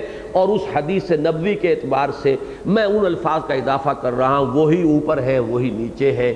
لَهَبِطَ عَلَى اللَّهِ، وہ رسی اگر 7ویں زمین کے اوپر سب سے نچلی زمین پاتال پر کو بھی چھوئے گی تو وہ ظاہر ٹھکے گی جا کر اللہ ہی پر۔ اب اس میں تعویل کی جائے کہ صفاتی اعتبار سے ہے، اور ذات کے لفظ سے یہاں احتراز کیا جائے، یہ ہے کہ جو محتاط طرز عمل ہوگا اسی میں عافیت ہے، لیکن ان الفاظ مبارکہ کی توجیہ میری ذاتی رائے کی حد تک وحدت الوجود ہی کے حوالے سے ممکن ہے، ورنہ بہت زیادہ تکلف رہ جاتا ہے۔ بس میں اسی پر اکتفا کر رہا ہوں۔ هو الاول والآخر والظاہر والباطن وہو بکل شیء علیم، اور وہ ہر شے کا علم رکھتا ہے۔ اس پر میں تفصیل سے پہلے ہی درس میں عرض کر چکا ہوں، اور آج بھی میں نے اشارہ کر دیا لفظ کل کی کیا اہمیت ہے۔ اب ذرا یہاں دیکھیے کہ اس آیت کے دو ٹکڑوں میں ربط کتنا لطیف ہے. جب وہی اول وہی آخر وہی ظاہر وہی باطن، تو اس کے علم سے کسی شے کے باہر ہونے کا کوئی سوال ہی نہیں. وَهُوَ بِكُلِّ شَيْءٍ عَلِيمٌ، یہ یہاں پر آ کر جو اس آیت مبارکہ کے ساتھ اس ٹکڑے کو جوڑا گیا ہے، وہاں یہ تھا کہ وہی مارتا ہے وہی جلاتا ہے، وہی مارتا ہے وہی جلاتا ہے. اس کے ساتھ مناسبت تھی ہوا علی کل شیء قدیر کی، وہ ہر شے پر قادر ہے. اور ہوا بکل شیء علیم کی مناسبت کس سے قائم کی گئی؟ هو الاول والآخر والظاہر والباطن، وہی پہلا وہی آخر وہی ظاہر وہی باطن. تو ظاہر بات ہے کہ کسی شے کا بھی اس کے علم سے باہر ہونے کا تو کوئی سوال ہی نہیں. وہ ہر شے کا علم رکھتا ہے، اور اس کا یہ علم براہ راست ہے. ہمارا علم بالواسطہ ہوتا ہے. ہم کسی چیز کے حوالے سے علم حاصل کرتے ہیں. ہم سنتے ہیں تو ہوا ہو اور ہوا کے اندر وہ ساؤنڈ ویوز آ رہی ہو تو سنیں گے، ورنہ نہیں. کوئی درمیان میں ایسی چیز آ گئی کہ جو ساؤنڈ ویوز کو نہیں گزرنے دیتی تو ہم نہیں سن سکتے. ہمارا دیکھنا اس ظاہری روشنی کے ذریعے سے ہے، یہ نہ ہو تو ہم نہیں دیکھ سکتے. لیکن اللہ کا علم، اللہ کی سماعت، اللہ کی بصارت، یہ تمام چیزیں براہ راست ہیں، اس لیے کہ هو الاول والآخر والظاہر والباطن، وہی تو پہلا وہی آخر وہی ظاہر وہی باطن. اس کا علم جو ہے وہ در حقیقت براہ راست ہے. هو الذی خلق السماوات والارض فی 6 ایام، وہی ہے جس نے پیدا فرمایا ہے آسمانوں اور زمین کو 6 دنوں میں. 6 دنوں کا تصور قرآن مجید میں بارہا دیا گیا ہے، لہذا یہ چیز تو یقینی ہے کہ 6 کا ہندسہ یہاں پر ایسے ہی نہیں آ گیا ہے، بلکہ یہ قطعی ہے اور یقیناً اس کے مفہوم وہی ہوں گے جو 6 کے عدد کے ساتھ وابستہ ہے. لیکن ایام کے بارے میں خود قرآن مجید یہ بتاتا ہے کہ تمہارا دن جو ہے وہ کچھ اور ہے، تمہارے سال کچھ اور ہے، ہمارے سال کچھ اور ہے. اس لیے کہ اتنا تو ہمیں بھی آج معلوم ہے کہ چاند کا ایک دن جو ہے اس کی ڈیوریشن کچھ اور ہے، زمین کے ایک دن کی ڈیوریشن کچھ اور ہے، مریخ کے ایک دن کی ڈیوریشن کچھ اور ہوگی. وہ جو مدار ہے اس کے اعتبار سے، اس کا جو محوری حرکت ہے اس کے اعتبار سے، ظاہر بات ہے رفتار کے اعتبار سے دن میں فرق ہو جائے گا. پھر پوری جو ہمارا یہ نظام شمسی ہے، سولر سسٹم، اس کا بھی کوئی ایک دن ہوگا. پھر یہ غریب جو ہے یہ گیلیکسی کا حصہ ہے، اس گیلیکسی کا بھی کوئی ایک دن ہوگا، اس لیے کہ ہر شے حرکت میں ہے. کل فی فلک یسبحون، جب حرکت ہے یا سٹارز ہیں یا پلینٹس ہیں اور سٹارز کے گرد یہ پلینٹس گھومتے ہیں تو دن کا اور رات کا تصور پیدا ہوتا ہے. تو ہر گیلیکسی کا بھی کہیں نہ کہیں کوئی دن بنے گا، پوری اس کائنات کا کوئی دن بنے گا. اس کا کوئی تصور ہمارے لیے نہیں ہے. قرآن مجید میں 50,000 سال بھی کہا گیا. یہ بھی فرمایا گیا ہے کہ غالباً سورہ حج میں یہ آیت ہے کہ دن جو ہے اللہ کا وہ 10,000 برس کا ہے تمہاری گنتی کے حساب سے، کہیں 50,000 برس، کہیں 1000 برس. اور چونکہ یہ عدد بھی مختلف آئے ہیں لہٰذا اس پر بھی تقریباً اجماع ہے کہ یہ عدد مراد نہیں ہے. ہر جگہ ایک ہی آتا تو اس عدد کی اہمیت ہو جاتی. جیسے میں نے عرض کیا 6 دن کا معاملہ قرآن مجید میں بار بار آ رہا ہے اور 6 ہی کا ہندسہ آ رہا ہے، تو یقیناً یہ ہندسہ جو ہے قطعی ہے. لیکن جب دن کی تعیین میں وہ مختلف 50,000 برس بھی اور 1,000 برس بھی، تو معلوم وہ عدد معین نہیں، بلکہ تمہارے دن سے اس دن کی کوئی نسبت ہی نہیں، وہ بہت بڑا دن ہے. اس کو ہم کہیں گے ایپکس، ادوار یا ملینمز، جس کا تصور جو ہے وہ ایسٹرونومی میں دیا جاتا ہے کہ ہو سکتا ہے لاکھوں سال کا ایک دن ہو، اور اس کائنات کی تخلیق جو 6 دنوں میں فرمائی گئی ہے تو وہ 6 ادوار ہوں، 6 ملینمز ہوں. لیکن بہرحال جو چیز طے شدہ ہے وہ یہ ہے کہ یہ خود بخود وجود میں نہیں آئی کائنات، اس کا ایک خالق ہے، اور وہ خالق وہ اللہ ہے جس کی یہ شان بیان ہوئی ہے کہ سبح للہ ما فی السماوات والارض وہو العزیز الحکیم لہ ملک السماوات والارض یحیی ویمیت وہو علی کل شیء قدیر هو الاول والآخر والظاہر والباطن وہو بکل شیء علیم هو الذی خلق السماوات. اب یہاں دیکھیے هو الذی کی جو شان نکھر کر آئی ہے کہ یہ 3 آیات جو ہیں یہ اب ایک تدریجاً اللہ کی عظمت، اس کی جلالت قدر، اس کی اعلیٰ شان، اس کی برتر جو شعون ہے، ان کو بیان کر کے هو الذی خلق السماوات والارض فی ستۃ ایام، وہ ہے جس نے تخلیق فرمایا آسمانوں اور زمین کو 6 دنوں میں، 6 ادوار میں، ثم استوى علی العرش، یہ ٹکڑا جو ہے یہ بہت اہم ہے، پھر وہ عرش پر مسلط ہوا، مستولی ہوا، سیدھا ہو گیا۔ استوا کہتے ہیں سیدھا ہو جانا۔ خط استوا وہ خط ہے کہ جو فرضی خط ہے جو ہمارے اس کرۂ ارضی کو 2 حصوں میں تقسیم کرتا ہے۔ اسی طرح کوئی شخص گھوڑے کی پیٹھ پر جب سوار ہو، ماہر سوار، اور جو قابو میں جس کے ہو گھوڑا، وہ بالکل سیدھا اس پر بیٹھا ہوتا ہے، شیکی نہیں ہوتا۔ کوئی شیکی ہوگا اگر تو اس کا اندازہ ہو جائے گا کہ کبھی ادھر کبھی ادھر، اور ایک وہ ہے جو جم کر بیٹھا ہوا۔ تو یہ جم جانا، متمکن ہو جانا عرش پر، یہ ہے در حقیقت۔ اس سے مراد کیا ہے؟ یہ مراد تو سب کے نزدیک متفق علیہ ہے۔ اس سے مراد یہ ہے کہ وہ غالب ہے، قادر ہے، وہی مقتدر اعلیٰ ہے، کوئی شے اس کی قدرت سے باہر نہیں ہے۔ قوانین طبیعہ اسی نے بنائے ہیں، لیکن اب بنانے کے بعد اس کے ہاتھ بند نہیں گئے ہیں۔ اس کی جو بھی مشیت ہے، جب چاہے وہ قوانین کو معطل کر دے اور اپنی کسی شان کو ظاہر فرما دے، اپنی شان قہاری اور شان قدیری جو ہے اس کا ظہور فرما دے، لہذا وہ معطل نہیں ہو گیا۔ اصل میں اب یہ لفظ جو میں استعمال کرتا ہوں یہ ایک فلسفے کی اصطلاح ہے۔ ایک تصور یہ ہے، اور جدید دور کی بہت بڑی گمراہی یہی ہے جو اب آپ کے سامنے آئے گی۔ یہ ذات و صفات کی بحثیں تو قدیم دور کی ہیں، آج لوگوں کو ان سے زیادہ دلچسپی نہیں رہی۔ یہ زیادہ معلوم ہوتا ہے کہ بڑی خام خواہ کی منطق آرائی ہو رہی ہے، عام آدمی کا تصور یہی ہوگا۔ آج جو یہ سائنٹیفک ایرا ہے جس میں کہ ہم جی رہے ہیں، اس کی سب سے بڑی گمراہی یہ ہے کہ خدا کو کچھ مختلف نام دے کر جو ماننے والے ہیں، ابھی ایک تو یہ کہ جو مانتے ہی نہیں، خالص میٹیریلسٹ، کہ جو کسی بھی ہستی کو ماورائے مادہ ماننے کو تیار نہیں، میں ان کا ذکر نہیں کر رہا۔ جو سمجھتے ہیں کہ کائنات ہمیشہ سے اور ہمیشہ چلی جا رہی ہے، میں ان کا ذکر نہیں کر رہا، بلکہ یہ کہ جو سائنسدان ہوتے ہوئے وہ خدا کو بھی مانتے ہوں، فلسفی ہوتے ہوئے خدا کو مانتے ہوں، ان لوگوں کا معاملہ یہ کہ اگر آپ تجزیہ کریں گے تو ان کا تصور یہ ہے، دی ورلڈ اسپرٹ، روح کائنات، ایک دی انمووڈ موور، وہ حرکت میں لانے والا جس کو کوئی حرکت دینے والا نہیں تھا، دی ایبسولوٹ بینگ، وجود مطلق۔ اب یہ مختلف اصطلاحات ہیں جو فلسفے میں استعمال ہوتی ہیں، اور سائنسی ذہن جو بنا ہے اس میں خدا کا تصور کچھ اس طور سے فٹ ہوتا ہے کہ خدا کریٹر تو ہے، اس نے کریٹ کیا ہے، لیکن اب کریشن کے بعد یہ خود بخود چل رہی ہے۔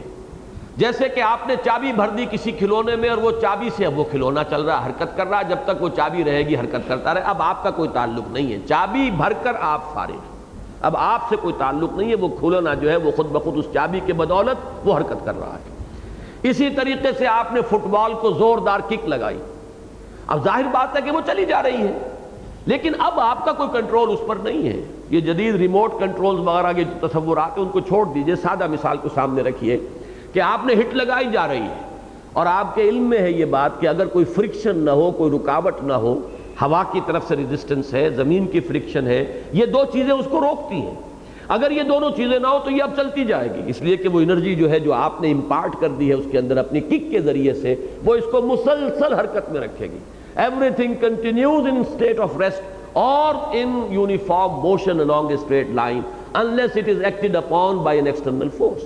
اب یہ ہے وہ سیکنڈ لا نیوٹن کا، تو ہر چیز چلتی رہے گی، لیکن یہ کہ اب آپ کا کوئی تعلق اس گیند کے ساتھ نہیں ہے۔ یہ بھی ہو سکتا ہے کہ آپ بھاگ کر بھی پکڑنا چاہیں تو نہ پکڑ سکیں، وہ کک آپ کی اتنی زوردار لگ گئی ہے کہ آپ کی رفتار سے وہ کہیں زیادہ ہے۔ یہ تصور ہے ذہنوں میں جو بیٹھا ہوا ہے کہ اللہ نے اس کائنات کو بنایا and a set of laws, physical changes اور کیمیکل چینجز کے کچھ قوانین ہیں، کچھ قوانین حرکت ہیں، کچھ انرجی کے قوانین ہیں، وہ اس نے بنا دیے۔ اب بنا کر اس نے اس کو چھوڑ دیا ہے، وہ خود بخود چل رہی ہے۔ اب جو کچھ ہو رہا ہے آپ سے آپ ہو رہا ہے، قوانین طبیعہ کے تحت ہو رہا ہے۔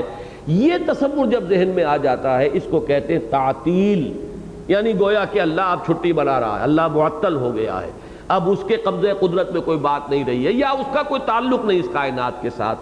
اگر آپ بھی تجزیہ کریں گے تو ہمیں مادے اور مادے کے قوانین پر جس قدر گہرا یقین حاصل ہے، اس کا اگر آپ موازنہ کریں گے کہ ذات باری تعالیٰ پر ہمارا یقین کس درجے میں ہے کہ تمام اسباب کا مسبب وہی ہے، کوئی شے حرکت نہیں کر سکتی جب تک کہ اس کا اذن نہ ہو، کوئی پتا ہل نہیں سکتا، جنبش نہیں کر سکتا جب تک کہ اس کا اذن نہ ہو، یہ چیز تو ہمارے ذہن میں موجود نہیں ہے۔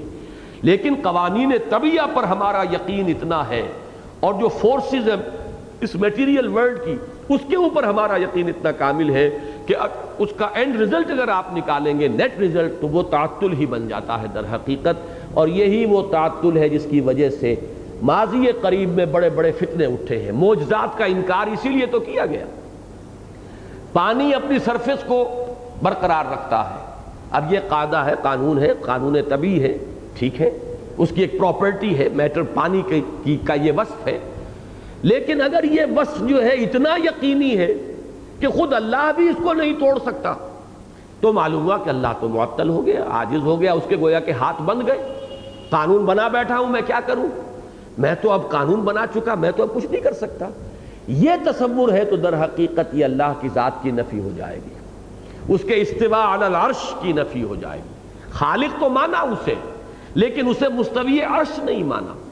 اور یہ تصور ہے جس کے نتیجے میں ان معجزات کی تعویل کرنے کی کوشش کی گئی کہ اصل میں وہ حضرت موسیٰ نے جب اللہ کے حکم سے عصا مارا تھا سمندر پر، تو سمندر کو پھٹ تھوڑا ہی گیا تھا۔ یہ مولویوں کی خامخواہ کی تعویلات ہیں، بلکہ وہ تو مد و جزر کا معاملہ تھا۔ جب دریا جو ہے جزر پر تھا، اترا ہوا تھا سمندر، تو حضرت وہ خشکی نکل آتی ہے کچھ، اس سے ہو کر حضرت موسیٰ اور ان کی قوم جو ہے وہ چلے گئے۔ اور جب فرعون آیا، وہ اتنا احمق اور کودن تھا، اسے پتہ نہیں تھا کہ اب سمندر مدھ پہ آیا ہوا ہے، تو وہ غرق ہو گیا۔ یہ تعویل کرنے کی ضرورت کیوں پیش آئی؟ اس لیے پیش آئی کہ ذہن میں ان مادی قوانین کا سکہ اتنا گہرا ہے، نقش اتنا قوی ہے کہ وہ قدرت خداوندی جو ہے وہ بھی تعویل کریں گے اس کے حوالے سے، اور یہ ماننے سے طبیعت جو ہے وہ ابا کرے گی کہ قوانین اللہ ہی کے بنائے ہوئے ہیں، اللہ جب چاہے اپنے جس قانون طبیعی کو چاہے توڑ دے اور اپنی خصوصی قدرت اور مشیت کا ظہور کر دے۔ معجزہ اسی کا نام ہے۔ آگ کا وصف یہ ہے کہ وہ جلاتی ہے، یہ اس کا وصف ہے، لیکن یہ وصف اس کا ذاتی نہیں ہے، اللہ کا عطا کردہ ہے۔ اللہ جب چاہے اس کا اس وصف کا ظہور نہیں ہوگا۔ حضرت ابراہیم کے لیے آگ گل و گلزار بن گئی، یا نارو کونی بردن و سلام علی ابراہیم، اللہ کا حکم تھا۔ آگ بھی اللہ کے حکم سے باہر نہیں، پانی بھی اللہ کے حکم سے باہر نہیں، یہ ہوا بھی اللہ کے حکم سے باہر نہیں۔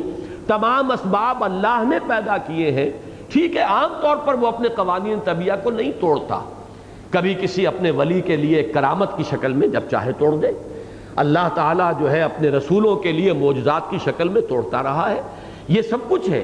عام قاعدہ قانون چلتا ہے، اگر عام طور پر وہ قوانین نہ ہوتے تو کوئی سائنس پاسبل ہی نہ ہوتی، کوئی ٹیکنالوجی ممکن ہی نہ ہوتی۔ یقیناً عام حالات میں وہ قوانین جو ہے انٹیکٹ رہتے ہیں، وہ بالکل صحیح طور سے کام کر رہے ہیں، اسی پر ہماری سائنس کا سارا دار و مدار ہے۔ لیکن یہ نہ سمجھیے کہ یہ اٹل ہیں اور ان کے اندر کہیں کوئی خلل آ ہی نہیں سکتا۔ اللہ تعالیٰ جب چاہے اسباب کو معطل کر دے، اور جب چاہے جو شے چاہے بغیر اسباب کے پیدا کر دے۔ آخر اس پوری کائنات کا آغاز جہاں سے ہوا ہے وہ تو یہ کہ بغیر کسی شے کے پیدا کیے، کوئی سبب پہلے موجود نہیں تھا۔ بدیع السماوات والارض، بالکل عدم محض سے اس نے پیدا کیا، اب بھی جو چاہے۔ حضرت عیسیٰ علیہ السلام کا بن باپ کے پیدا ہونا بھی اسی طرح کچھ لوگوں کے حلق سے نہیں اترتا، کیا اس لیے کہ قانون طبیعی تو یہی ہے کہ باپ اور ماں کے ساتھ ہی ولادت ہوتی، کیسے ہو؟ اب اس کی بھی تعویلیں کر رہے ہیں، اور اس دور میں قادیانیوں نے وہ تعویلیں کی ہیں۔ تو یہ سب کچھ در حقیقت مرض ایک ہے۔ فساد خون ہوتا ہے تو کوئی پھوڑا کہیں نکل آیا، کوئی پھنسی کہیں نکل آئی، لیکن مرض تو ایک ہے، مرض ایک ہی ہے، اور وہ یہ ہے کہ ان قوانین طبیعہ کے اوپر جتنا یقین ہے، اسباب پر جتنا بھروسہ ہے، جتنا ایمان ہے ان اسباب پر، وہ اتنا ایمان مسبب الاسباب پر نہیں ہے۔ وہ جو کہ ان قوانین طبیعہ کا بنانے والا ہے، ان اسباب کا خالق ہے۔ تو یہ ہے اصل میں مفہوم کہ کائنات کو پیدا کرنے کے بعد اللہ کہیں علیحدہ ہو کر نہیں بیٹھ گیا، وہ کہیں معطل نہیں ہو گیا ہے۔ ثم استوى علی العرش، پھر وہ تخت پر متمکن ہوا۔ اب یہاں پر بھی دیکھیے ایک تعویل کا مسئلہ آ جائے گا۔ ظاہری الفاظ تو ایسے ہیں جیسے بادشاہ کسی تخت پر بیٹھ جاتا ہے، اب وہ تخت بھی ایک معین شے ہوتی ہے، چاہے وہ تخت طاؤس ہو، ظاہر بات ہے کہ وہ معین ہے، اس کا حدود اربع ہے، اس پر بیٹھ جانا بھی ایک ظاہری اور جسمانی ایک کیفیت ہے، تو کیا اللہ کا بھی کوئی ایسا عرش ہے؟ کہیں ہے وہ؟ اور پھر اللہ، پھر اس کی ذات بھی محدود ہے؟ اب یہ تمام مسائل جو ہیں، اللہ کا ہاتھ، ید اللہ، کیا اللہ کا ہاتھ جو ہے، ان تمام چیزوں پر جو اہل سنت کا موقف یہ ہے کہ اجمالاً ایمان، کیفیت کے بارے میں اللہ کے حوالے کریں، ہم نہیں جانتے۔ عرش تو ہے، ایک انتہا یہ ہے کہ عرش نہیں ہے، بس صرف استعارہ ہے، استعارہ ہے در حقیقت یہ کہ اللہ تعالیٰ کے اس کائنات پر متصرف اور مدبر ہونے کو ان الفاظ سے تعبیر کیا گیا تاکہ عام آدمی بھی سمجھ لے کہ جیسے کوئی بادشاہ تخت پر بیٹھ جاتا ہے تو ہر شے اس کے حکم کے تابع ہو جاتی ہے، ایسے ہی تخلیق کے بعد اللہ تعالیٰ عرش پر متمکن ہو گیا۔ ایک اسے صرف استعارے کی طرف لے جائیں گے، ایک کا ذہن جائے گا جسمانیت کی طرف، تجسیم کی طرف، کہ کوئی جگہ ہے، کوئی معین سمت ہے، کوئی مقام ہے، وہاں پر عرش ہے، وہاں اللہ اس پر متمکن ہے۔ یہ دو انتہائیں ہوں گی، درمیانی راستہ وہی ہے کہ ہم مانیں گے، عرش کو مانیں گے، عرش پر ہمارا ایمان ہوگا، قرآن مجید میں ذکر ہے، لیکن اس کی کیفیت یا اس کی کوئی شکل و صورت، اس کی کوئی جہت، اس کا کوئی مقام، یہ مجہول ہے اور ہم اللہ کے حوالے کریں گے کہ ہم نہیں جانتے۔ یہ آیات متشابہات ہیں جس کے بارے میں سورہ آل عمران کے پہلے رکوع میں بیان کر دیا گیا کہ اس قرآن میں کچھ آیات محکمات ہیں، کچھ آیات متشابہات ہیں۔ ان آیات متشابہات کی کنہ تک پہنچنا لوگوں کے بس میں نہیں ہے، لیکن یہ کہ کچھ نہ کچھ اجمالی علم دینے کے لیے قرآن مجید میں ان چیزوں کا تذکرہ کیا گیا ہے۔ اب ان کی تفصیلات کو اللہ کے حوالے کیجئے۔ ہم تو سب پر ایمان لائے، آمنا بہ کل من عند ربنا، ہم سب چیزوں پر ایمان رکھتے ہیں، سب ہمارے رب کی طرف سے ہیں۔ جو چیز سمجھ میں آ گئی وہ بھی، جو نہیں آئی وہ بھی ہم اللہ کے حوالے کرتے ہوئے اس پر اجمالی ایمان رکھتے ہیں۔ ثم استوى علی العرش یعلم ما یلج فی الارض وما یخرج منہا، وہ جانتا ہے جو کچھ زمین میں داخل ہوتا ہے اور جو کچھ اس سے نکلتا ہے۔ ولج یلج، کسی چیز کا کسی شے میں داخل ہو جانا ہے۔ اگلی آیت میں آئے گا اولج یولج ایلاجن، وہ ہے باب افعال سے داخل کرنا۔ یہ دو یعنی ایک ہی مادے سے یہ دو ابواب جو آ رہے ہیں، ثلاثی مجرد سے بھی اور ثلاثی مزید فی سے بھی، یہ ایک ہی جگہ پر جمع ہے۔ اب زمین میں داخل کیا ہوتا ہے؟ ایک قطرہ بارش کا زمین میں گیا، زمین میں کوئی پڑا ہوا بیج تھا، ڈورمنٹ تھا، اس کے اندر اس قطرے کی وجہ سے حرکت ہوئی، وہ آسموسس اور پانی کا اندر جانا، اس سے اس کے اندر اس کی ڈورمنٹ صلاحیت جو ہے اس کا بیدار ہو جانا، اس سے وہ بیج پھٹا ہے، اس کے اندر سے دو پتیاں نمودار ہوئی ہیں۔ اب وہ زمین کو چیر کر وہ اپنا سر نکالتی ہیں باہر، یہ بھی ہے۔ پھر مردے دفن ہوں گے، اس زمین میں داخل ہوں گے اور اللہ تعالیٰ انہیں نکال لے گا۔ آسمان سے کیا نازل ہوتا ہے؟ پانی آسمان سے نازل ہوتا ہے۔ آسمان کی طرف کیا جاتا ہے؟ کچھ بخارات بھی آسمان کی طرف اٹھتے ہیں، اور سب سے بڑی بات یہ کہ فرشتے نازل ہوتے ہیں اللہ کے احکام لے کر ان کی تنفیذ کے لیے۔ فرشتے نازل ہوتے رہے ہیں اللہ کی وحی لے کر، اور پھر جو اللہ کے ان لوگوں کے اعمال اور یہاں کے تمام چیزیں جو ہے وہ لے کر فرشتے آسمان کی طرف چڑھتے ہیں۔ تو یہ ہے ما یلج فی الارض وما یخرج منہا وما ینزل من السماء وما یعرج فیہا۔ چھوٹی سی چھوٹی مادی حقیقت کی بھی میں نے ایک انتہا بیان کر دی، اور بڑی سے بڑی جو حقائق ہیں ان کی بھی ایک ایک مثال دے دی۔ احاطہ کیا گیا ہے اس طور سے، ہر شے اس کے علم کے اندر ہے، باہر نہیں۔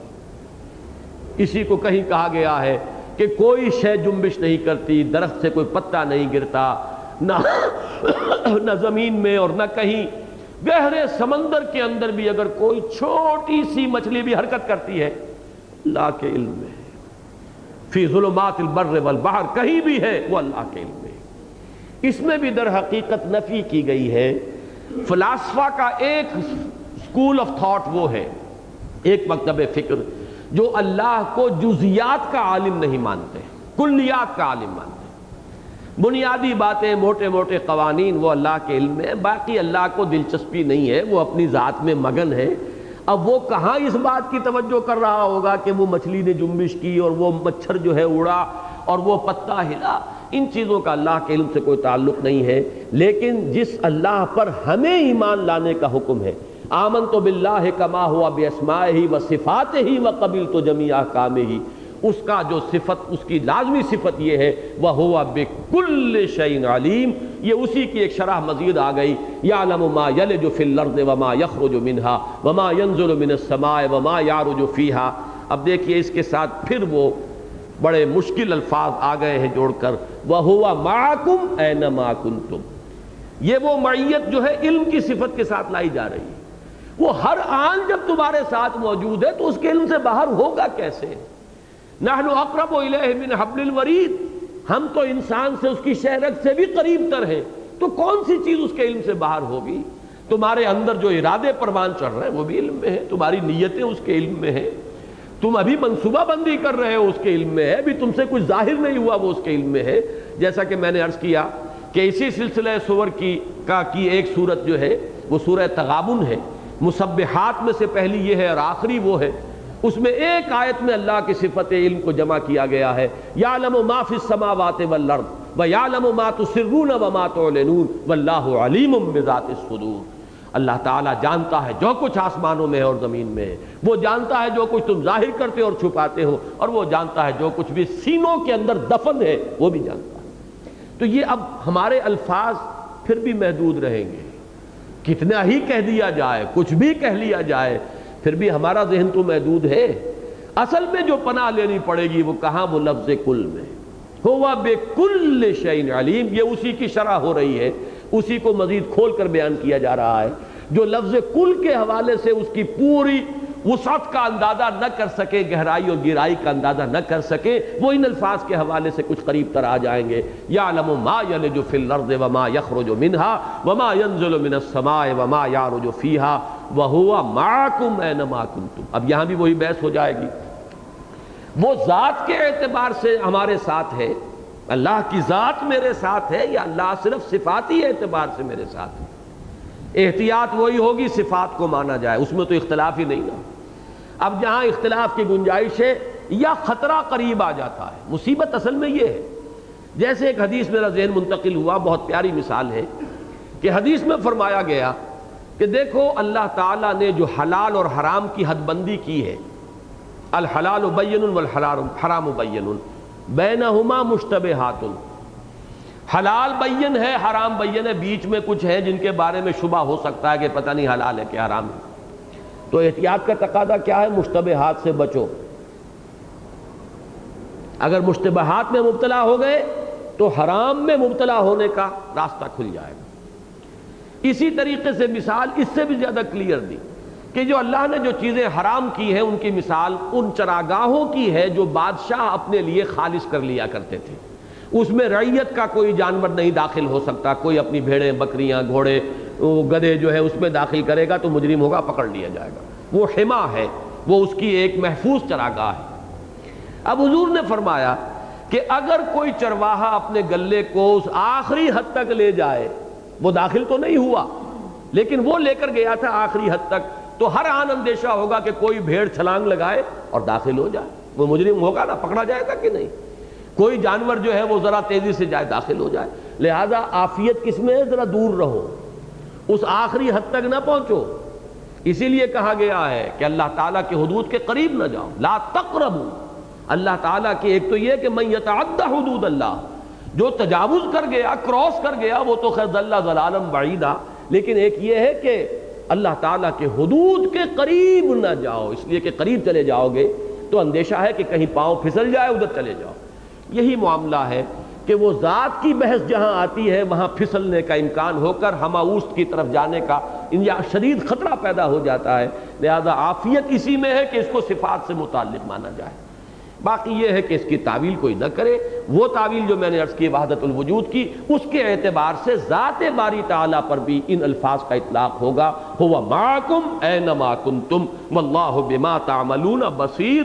جب وہ ہر آن تمہارے ساتھ ہے ہی تو وہ تو ہر شے کو دیکھ رہا ہے۔ اب دیکھیے اس کا ٹکڑے کا ربط کیسا جڑا، اس کو کسی رپورٹ پر تو نہیں انحصار کرنا کہ سی آئی ڈی کی رپورٹ غلط ہو گئی تو فیصلہ غلط ہو گیا، اگر فائل غلط ہے تو مقدمہ جو ہے وہ اس کا فیصلہ غلط ہو جائے گا۔ ظاہر بات ہے جج کیا کرے گا، غریب، اس کی معلومات تو محدود ہے، جو شہادتیں آئی ہیں وہ تو ان پر دار و مدار رکھے گا، فیصلہ کر دے گا۔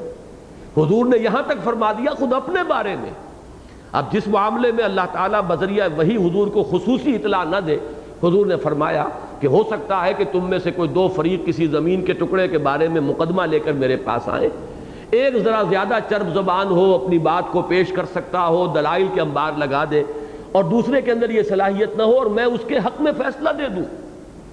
لیکن اگر وہ ناحق فیصلہ میری عدالت سے لے کر گیا ہے تو اس کو جان لینا چاہیے وہ آگ کا ٹکڑا، جہنم کا ٹکڑا لے کر گیا ہے، چاہے وہ فیصلہ میرا ہے، لیکن یہ کہ میں نے تو فیصلہ کرنا ہے ان چیزوں پر جو گواہیاں آ گئیں، جو شہادت آ گئی، جو کسی طریقے سے کسی نے پیش کر دیا، اس کے اعتبار سے اپنے علم خصوصی کی بنیاد پر ہاں اللہ تعالیٰ کسی چیز پر مطلع فرما دے تو وہ بات دوسری ہے۔ یہی معاملہ ہے کہ ان معاملات کے اندر اللہ تعالیٰ جو ہے وہ کسی کی رپورٹ کا محتاج نہیں ہے۔ یہ کرامن کاتبین جو کچھ لکھ رہے ہیں یہ اتمام حجت کے لیے لکھ رہے ہیں، یہ جو بھی کچھ ریکارڈ تیار ہو رہا ہے یہ تمہارے لیے ہے کہ تم پر حجت قائم ہو جاؤ کہ اقرا کتابک کفا بنفسک اليوم علیک حسیبا، اب پڑھ لو اپنا اعمال نامہ خود۔ ایک کوئی بہت بڑا جوائنٹ کوئی ہوگا کمپیوٹر جو لا کر رکھ دیا جائے گا، ووضع الکتاب فَتَرَى الْمُجْرِمِينَ مُشْفِقِينَ مِمَّا فِيهِ وَيَقُولُونَ يَا وَيْلَتَنَا مَا لِهَذَا الْكِتَابِ لَا يُغَادِرُ صَغِيرَةً وَلَا كَبِيرَةً إِلَّا أَحْصَاهَا وَوَجَدُوا مَا عَمِلُوا حَاضِرًا، جس کو کہ ایک اور جگہ فرمایا کہ ذرے کے ہم وزن بھی خیر ہوگا تو اپنے سامنے پاؤ گے اور ذرے کے ہم وزن شر کیا ہوگا تو موجود پاؤ گے، لیکن یہ سب کچھ ہے اتمام حجت کے لیے۔ That justice should not only be done, it should also appear to have been done۔ باقی اللہ کے کوئی علم کے لیے کسی واسطے کی ضرورت نہیں ہے، معاذ اللہ، وہ تو ہر آن ہر جگہ خود موجود ہے۔ تو جسے آپ کہتے ہیں آئی وٹنس، وہ تو پھر آئی وٹنس ہے ہر شے کا خود۔ واللہ بما تعملون بصیر، وہ تو جو کچھ تم کر رہے ہیں اس کو دیکھ رہا ہے، اس کی بصارت جو ہے وہ براہ راست ہے۔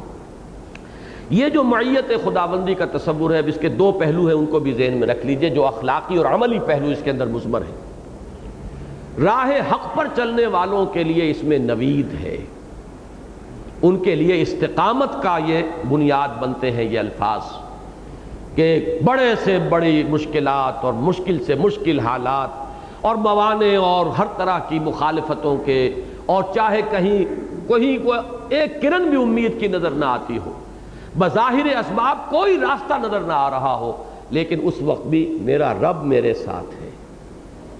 اس سے جو تقویت حاصل ہوتی ہے، جو اعتماد، اور وہ مسبب الاسباب ہے، وہ جب چاہے اسباب پیدا کر دے، وہ راستہ وہاں سے نکال سکتا ہے جہاں کہیں کوسوں دور کسی راستے کا نشان نہ ہو، وہ نکال۔ اس کی دو مثالیں آئی ہیں قرآن مجید میں۔ حضرت موسیٰ اور ان کی قوم جب پہنچے تھے سمندر کے کنارے، اور ادھر سے انہیں دھول اڑتی نظر آئی کہ فرعون اپنے لشکر سمیت پہنچ گیا ہے، تو وہ جو ساتھی تھے ان کے ایمان اور یقین کا جو حال تھا وہ تو بعد میں جا کر کھل ہی گیا کہ جہاد و قتال کے لیے تیار نہیں ہوئے۔ وہ اس وقت بھی انہوں نے فوراً لان تان شروع کر دی حضرت موسیٰ کو کہ تم نے مروا دیا ہمیں، لے تو آئے لیکن اب آگے سمندر ہے اور پیچھے وہ آ گیا فرعون، اس سے تو ہم وہیں ٹھیک تھے، جی تو رہے تھے، اب تو یہ ہمارے جو ہے وہ دھجیاں اڑا دیں گے، بوٹیاں اڑا دیں گے۔ اس وقت کیا کہا حضرت موسیٰ علیہ السلام نے؟ کلا ان معی ربی سیہدین، کوئی نہیں، ہرگز نہیں، میرا رب میرے ساتھ ہے، وہ راستہ دے گا، وہ مجھے ہدایت دے گا۔ ہدایت دینا، راستہ دکھانا، کوئی نہ کوئی راستہ نکالے گا۔ یہ یقین جو ہے یہ کسی بھی بندہ مومن کے لیے اللہ تعالیٰ کی معیت کا احساس جو ہے، اس سے زیادہ اس کی تقویت، اس کی طمانینت قلب، اس کے ثبات اور استقامت کے لیے کوئی اور شے مؤثر نہیں ہو سکتی۔ ہوا معی، وہ میرے ساتھ ہے۔ اور یہی کلمہ کہا تھا حضور نے جبکہ غار ثور کے عین دہانے پر پہنچ گئے ہیں۔ اور اندازہ تو کیجئے، ایک غار چھوٹی سی اس میں چھپے ہوئے ہیں، اور وہ لوگ جن کے آنکھوں میں خون اترا ہوا ہے، جنہوں نے بڑی بڑے انعامات کا اعلان کر دیا ہے کہ محمد کو زندہ یا مردہ جو لے آئے صلی اللہ علیہ وسلم اسے اتنے اونٹ مل جائیں گے، عین دہانے پر پہنچے ہوئے ہیں۔ اور اس وقت حضرت ابوبکر صدیق رضی اللہ تعالیٰ عنہ بھی اپنے لیے نہیں، حضور صلی اللہ علیہ وسلم کے خیال سے وہ گھبرا گئے ہیں کہ حضور کسی نے اگر بغیر ارادے کے اپنے قدموں کی طرف بھی دیکھ لیا تو ہم نظر آ جائیں گے۔ جھانکنا تو دور کی بات ہے کہ اندر منہ ڈال کر جھانکے، ذرا سی کسی کی نگاہ اپنے قدموں کی طرف بھی گئی تو ہم پکڑ لیے جائیں گے۔ کیا فرمایا تھا حضور نے؟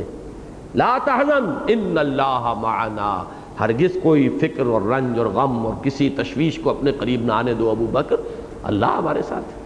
تو معلوم یہ ہوا کہ اس کا ایک رخ تو یہ ہے۔ دوسرا رخ جو ہے اس میں انذار کا ہے، تہدید کا ہے، کہیں بھی چھپ نہیں سکتے اللہ سے، جہاں کہیں تم ہو وہ تمہارے ساتھ ہے۔ تمہارا کوئی عمل، تمہارا کوئی جرم، کہیں تم زمین کے پاتال میں اتر کر وہ کرو، یا فضاؤں کی پہنائیوں میں، یا خلا کے اندر کہیں چلے جاؤ، یا کسی پہاڑ کی کھو میں گھس گئے ہو، یا کسی محل میں 7 دروازوں کے بند دروازوں کے اندر تم ہو، ہوا معکم اینما کنتم، وہ تو ہر جگہ ہے، اور وہ چشمدید گواہ ہے ہر شے کا۔ واللہ علی کل شیء شہید، علی کل شیء شہید، وہ تو ہر چیز پر گواہ ہے، خود ہے، موجود ہے۔ شاہد موجود کو کہتے ہیں، وہ تو ہر جگہ پر ہے۔ اس اعتبار سے اس میں تہدید بھی ہے بڑی انتہا کی، تنبیہ جو ہے انذار کا رنگ بھی بہت گہرا، اور اس میں ایک امید افزا بندہ مومن کے لیے تقویت اور تسلی اور طمانینت قلب، اس کا بھی سامان ہے انتہائی درجے کا۔ وَهُوَ مَعَكُمْ أَيْنَمَا كُنْتُمْ وَاللَّهُ بِمَا تَعْمَلُونَ بَصِيرٌ لَهُ مُلْكُ السَّمَاوَاتِ وَالْأَرْضِ۔ ذرا دیکھیے یہ 6 آیات ہیں، گنے چنے الفاظ ہیں۔ میں اپنا تاثر بارہا عرض کر چکا ہوں، میرے نزدیک قرآن مجید میں ذات و صفات باری تعالیٰ کی بحث میں عظیم ترین مقام ہے، جامع ترین مقام ہے، اور اعلیٰ ترین علمی سطح پر، فلسفے کی اعلیٰ ترین سطح، مابعد الطبیعیات کی، میٹا فزکس کی، ماہیت وجود، یہ سب سے بڑا مسئلہ۔ اور پھر جو فلاسفہ کی گمراہیاں ہوئی، بغیر ان کا نام لیے ہوئے، فلسفہ نہیں پڑھایا، لیکن فلاسفہ نے گمراہیاں جو پیدا کی ان کی نفی کر دی گئی، سائنٹیفک مائنڈ سے جو گمراہی پیدا ہو رہی اس دور میں اس کی نفی کر دی گئی۔ ہر چیز کا تریاق موجود ہے یہاں ان 6 آیات میں۔ اب سوال پیدا ہوتا ہے ان 6 آیات میں بھی یہ الفاظ 2 مرتبہ آ رہے ہیں، لَهُ مُلْكُ السَّمَاوَاتِ وَالْأَرْضِ، اس لیے کہ عملی اعتبار سے اہم ترین یہی ہے۔ ہمارا یہ تصور کہ جو کچھ آسمان و زمین میں ہے اللہ کی ملکیت ہے، اور اللہ ہی کو پھر اس کے بارے میں اختیار مطلق حاصل ہے، وہی الملک ہے، وہی مالک ہے، اسی کی ملکیت ہے ہر شے۔ لہو ما فی السماوات و ما فی الارض، اور لہو ملک السماوات والارض، جو مالک ہے وہی ملک ہے، وہی مختار مطلق ہے، اسی کا حکم چلنا چاہیے۔ یہی انفرادی سطح پر ہوگا تو ایک شخص بندہ رب بن سکے گا، جو میں نے عرض کیا تھا کہ عبادت رب جو تعلق مع اللہ کا عملی پہلو ہے، اس کی بھی لیے بنیاد یہی ہے کہ ہم اللہ ہی کے ہیں، مالک میرا اللہ ہے، وہ میرا آقا ہے، لہذا مجھے اس کے احکام پر چلنا چاہیے۔ اور دین جس بلند ترین منزل تک چاہتا ہے کہ بندہ مومن جد و جہد کرے اور کوشش کرے، عملی طور پر ان زندگی میں جو ان کا نصب العین بن جائے، مقصود بن جائے، وہ کیا ہے؟ اللہ کی بادشاہت کا بالفعل قیام، آسمانی بادشاہت قائم ہو جائے، حکومت الہیہ قائم ہو جائے، ڈیوائن ساورنٹی صرف زبانوں پر نہ ہو، حقیقت میں ہو جائے، بالفعل ہو جائے۔ تمام قانون سازی کا دائرہ جو ہے اللہ کے احکام کے دائرے کے اندر محدود ہو جائے، ہیومن ساورنٹی جو ہے وہ ڈیوائن ساورنٹی کے تابع ہو جائے۔ یہی تو ہے کل دین کی اصل حقیقت۔ اس کو ہم جب انفرادی سطح پر اختیار کرتے ہیں تو یہ عبادت رب کہلاتی ہے، اور جب اس کو اجتماعی سطح پر نافذ کرنے کی کوشش کریں گے تو یہ اقامت دین کہلائے گا۔ اقامت دین بلند ترین منزل ہے دنیا میں ہماری جد و جہد کی، اور نقطۂ آغاز ہے عمل کا عبادت رب۔ لہذا یہ اہمیت ہے جس کی وجہ سے اس جامع مقام پر بھی 2 دفعہ یہ الفاظ آ گئے۔ ایک دفعہ ہم پڑھ چکے ہیں، میں بیان کر چکا ہوں کہ لام یہاں پر دونوں معنی دے رہا ہے، لام استحقاق اور لام تملیک۔ بالفعل بھی اسی کی حکومت ہے۔ یہ دھوکہ ہے، فریب ہے جو تمہیں کچھ اختیار نظر آ رہا ہے کہ یہ ہم کر سکتے ہیں، وہ کر سکتے ہیں۔ تمہارا اپنا وجود، تمہارا بال ان قوانین طبیعہ کے اندر جکڑا ہوا ہے جو اللہ کے بنائے ہوئے۔ تم اپنے بال کے اوپر قدرت نہیں رکھتے، تم اپنی انتڑیوں پہ قدرت نہیں رکھتے۔ رہ گیا دل، وہ تو خیر تمہارے قابو میں ہے ہی کہاں، وہ تو کسی اور کا حکم مانتا ہے۔ جب تک اس کا حکم ہے چلے گا، جب اس کا حکم نہیں ہوگا نہیں چلے گا۔ معلوم یہ ہوا کہ تھوڑی سی آزادی ہمیں دی ہے، اما شاکرم و اما کفورا۔ اس ہلدی کی گانٹھ کو لے کر ہم مختار بن گئے، اور میں اور میری مرضی اور میری منشا اور میری پسند سب سراب ہے، کوئی حقیقت نہیں۔ وہ جو کہا اکبر الہ آبادی نے کہ رضائے حق پہ راضی رہے، یہ حرف آرزو کیسا، خدا خالق خدا بالغ خدا کا حکم تو کیسا ہے، کہاں سے بیچ میں ٹپک پڑے ہو۔ بس یہ بیچ میں ٹپک پڑنا ہی ساری گمراہی ہے۔ اللہ کی مرضی چلنی چاہیے، اللہ کا حکم چلنا چاہیے۔ تو یہ ہے در حقیقت، اور یہ بالفعل بھی ہے اور استحقاق بھی اسی کو حاصل ہے، ڈی فیکٹو بھی ڈی جیورو بھی۔ اللہ ہی کی حکومت ہے، الملک وہی ہے، لہو ملک السماوات والارض۔ اب دیکھیے وہاں تعلق جوڑا گیا تھا اللہ کی پادشاہی کا جو عملی پہلو تھا، جیسا کہ ہمارے ہاں میڈیکل سائنس میں بھی ریفلیکس آرک بنتی ہے، ایک اس کا موٹر پارٹ ہے، ایک سینسری پارٹ ہے۔ جیسا سورہ تغابن میں عرض کیا کرتا ہوں، کچھ چیزیں ہم پر وارد ہوتی ہیں، کچھ افعال ہم سے صادر ہوتے ہیں، یہ دو پہلو ہیں۔ اسی طریقے سے ایک ہے اللہ تعالیٰ کی حکومت کا تنفیذی پہلو، وہ پہلی آیت میں تھا یحیی و یمیت، وہی مارتا ہے وہی جلاتا ہے، اور اس کی شرح آگے مزید آئے گی، یولج اللیل فی النہار و یولج النہار فی اللیل، یہ تنفیذی پہلو ہے۔ یہ رات اور دن کا الٹ پھیر جو ہوتا ہے یا خود نہیں ہوتا، وہ کرتا ہے، وہ پروتا ہے رات کو دن میں اور وہ پروتا ہے دن کو رات میں۔ یہ ہے اللہ کی حاکمیت تکوینی کا تنفیذی پہلو۔ دوسرا پہلو کیا ہوگا؟ اب جو کچھ ہو رہا ہے وہ اسی کی طرف رجوع کرنے والا ہے، یہ اسی کی ذات کی طرف ہے۔ جو رنگ وہاں پیش کیا گیا تھا کہ یعلم ما یلج فی الارض وما یخرج منہا وما ینزل من السماء وما یعرج فیہا، ایک تو اللہ تعالیٰ کے احکام نازل ہو رہے ہیں، ان کی تنفیذ ہو رہی ہے، حاکمیت خداوندی کا تنفیذی پہلو۔ اور پھر اب الی اللہ ترجع الامور، یہ بھی اسی بادشاہت کا دوسرا رخ ہے کہ اب ہر شے کا فیصلہ بھی اسی کے ہاتھ میں ہے، وہی مالک یوم الدین ہے، وہی طے کرے گا کون کس چیز کا مستحق ہے، ہر شے کا فیصلہ جو ہے اسی کے ہاتھ میں ہے۔ کل امور بالکل لیا، پھر یہاں پر دیکھیے لفظ کل کے حوالہ کرنا پڑے گا کہ یہاں پر تمام معاملات اسی کی طرف لوٹا دیے جائیں گے، چاہیں یا نہ چاہیں۔ اگر یہ ہوتا فعل معروف الی اللہ ترجع الامور، تو پھر بھی کچھ نہ کچھ فعل معروف میں فاعل کی کچھ مرضی کو دخل ہوتا ہے، اور مجہول کے اندر تو فاعل کا تصور ہوتا ہی نہیں، وہ تو کوئی فعل اس کے اوپر کیا جا رہا ہے، اس کی مرضی کا کوئی دخل نہیں۔ لہذا یہاں پر یہ مجہول کا صیغہ ترجع الامور، تمام معاملات، کوئی چاہے نہ چاہے، کسی کو پسند ہو نہ ہو، کوئی لوٹنا چاہے نہ چاہے، تمام چیزیں بالآخر اسی کی طرف لوٹا دی جائیں گی۔ آخری بات پھر وہی جو شرح ہے در حقیقت، جیسے ہوا بکل شیء علیم کی شرح تھی، یعلم ما یلج فی الارض وما یخرج منہا وما ینزل من السماء وما یعرج فیہا، اور ہوا اسی طریقے سے یہ جو اللہ کی قدرت ہوا علی کل شیء قدیر کی ایک شرح وہ آئی تھی یحیی و یمیت، اور ایک اختتام پہ آ رہی ہے یولج اللیل فی النہار و یولج النہار فی اللیل، وہ پرو لاتا ہے رات کو دن میں اور پرو لاتا ہے دن کو رات میں۔ اس کے معنی کیا ہے؟ ایک تو یہ کہ ایک آپ تاگے کے اندر پرو دیتے ہیں، سفید اور سیاہ دانے اگر آلٹرنیٹلی ہوں تو یہ پروئے ہوئے ہیں، گویا کہ سیاہ دانہ جو ہے وہ رات ہے اور جو سفید دانہ ہے وہ دن ہے، کہ میں اپنی تسبیح روز و شب کا شمار کرتا ہوں دانہ دانہ۔ بڑا پیارا مصرع ہے کہ میں اپنی تسبیح روز و شب کا شمار کرتا ہوں دانہ دانہ۔ یہ کوئی تسبیح ہے جس کا ایک دانہ گرا ہے تو وہ رات آ گئی ہے، اور کوئی دوسرا دانہ گرا ہے تو وہ دن ہو گیا ہے۔ لیکن یہ کہ اس سے زیادہ قریب جو مفہوم ہے وہ یہ ہے کہ کبھی دن بڑھتا ہے رات چھوٹی ہوتی ہے، گویا کہ دن رات میں داخل ہو رہا ہے، کبھی رات جو ہے وہ بڑھتی ہے اور دن چھوٹا ہوتا ہے، گویا کہ رات دن میں داخل ہو رہی ہے۔ یہ دونوں چیزیں لفظ اختلاف کے بھی یہ دونوں معنی ہیں، ان فی خلق السماوات والارض واختلاف اللیل والنہار، اختلاف کے ایک معنی فرق ہے، اختلاف السنتکم والوانکم، تمہارے رنگوں اور تمہاری زبانوں کا یہ فرق جو ہے یہ بھی اللہ کی آیات میں سے ہے۔ تو اختلاف کے ایک معنی ہے فرق اور تفاوت، اور اختلاف خلف کے معنی میں پیچھا کرنا، کسی کا تعاقب کرنا، گویا کہ رات دن کا پیچھا کر رہی ہے اور دن رات کا تعاقب کرتا ہوا آ رہا ہے، یہ گویا کہ ایک اختلاف جو ہے آگے پیچھے آنا، الٹ پھیر، تو اختلاف کے بھی معنی دونوں ہیں۔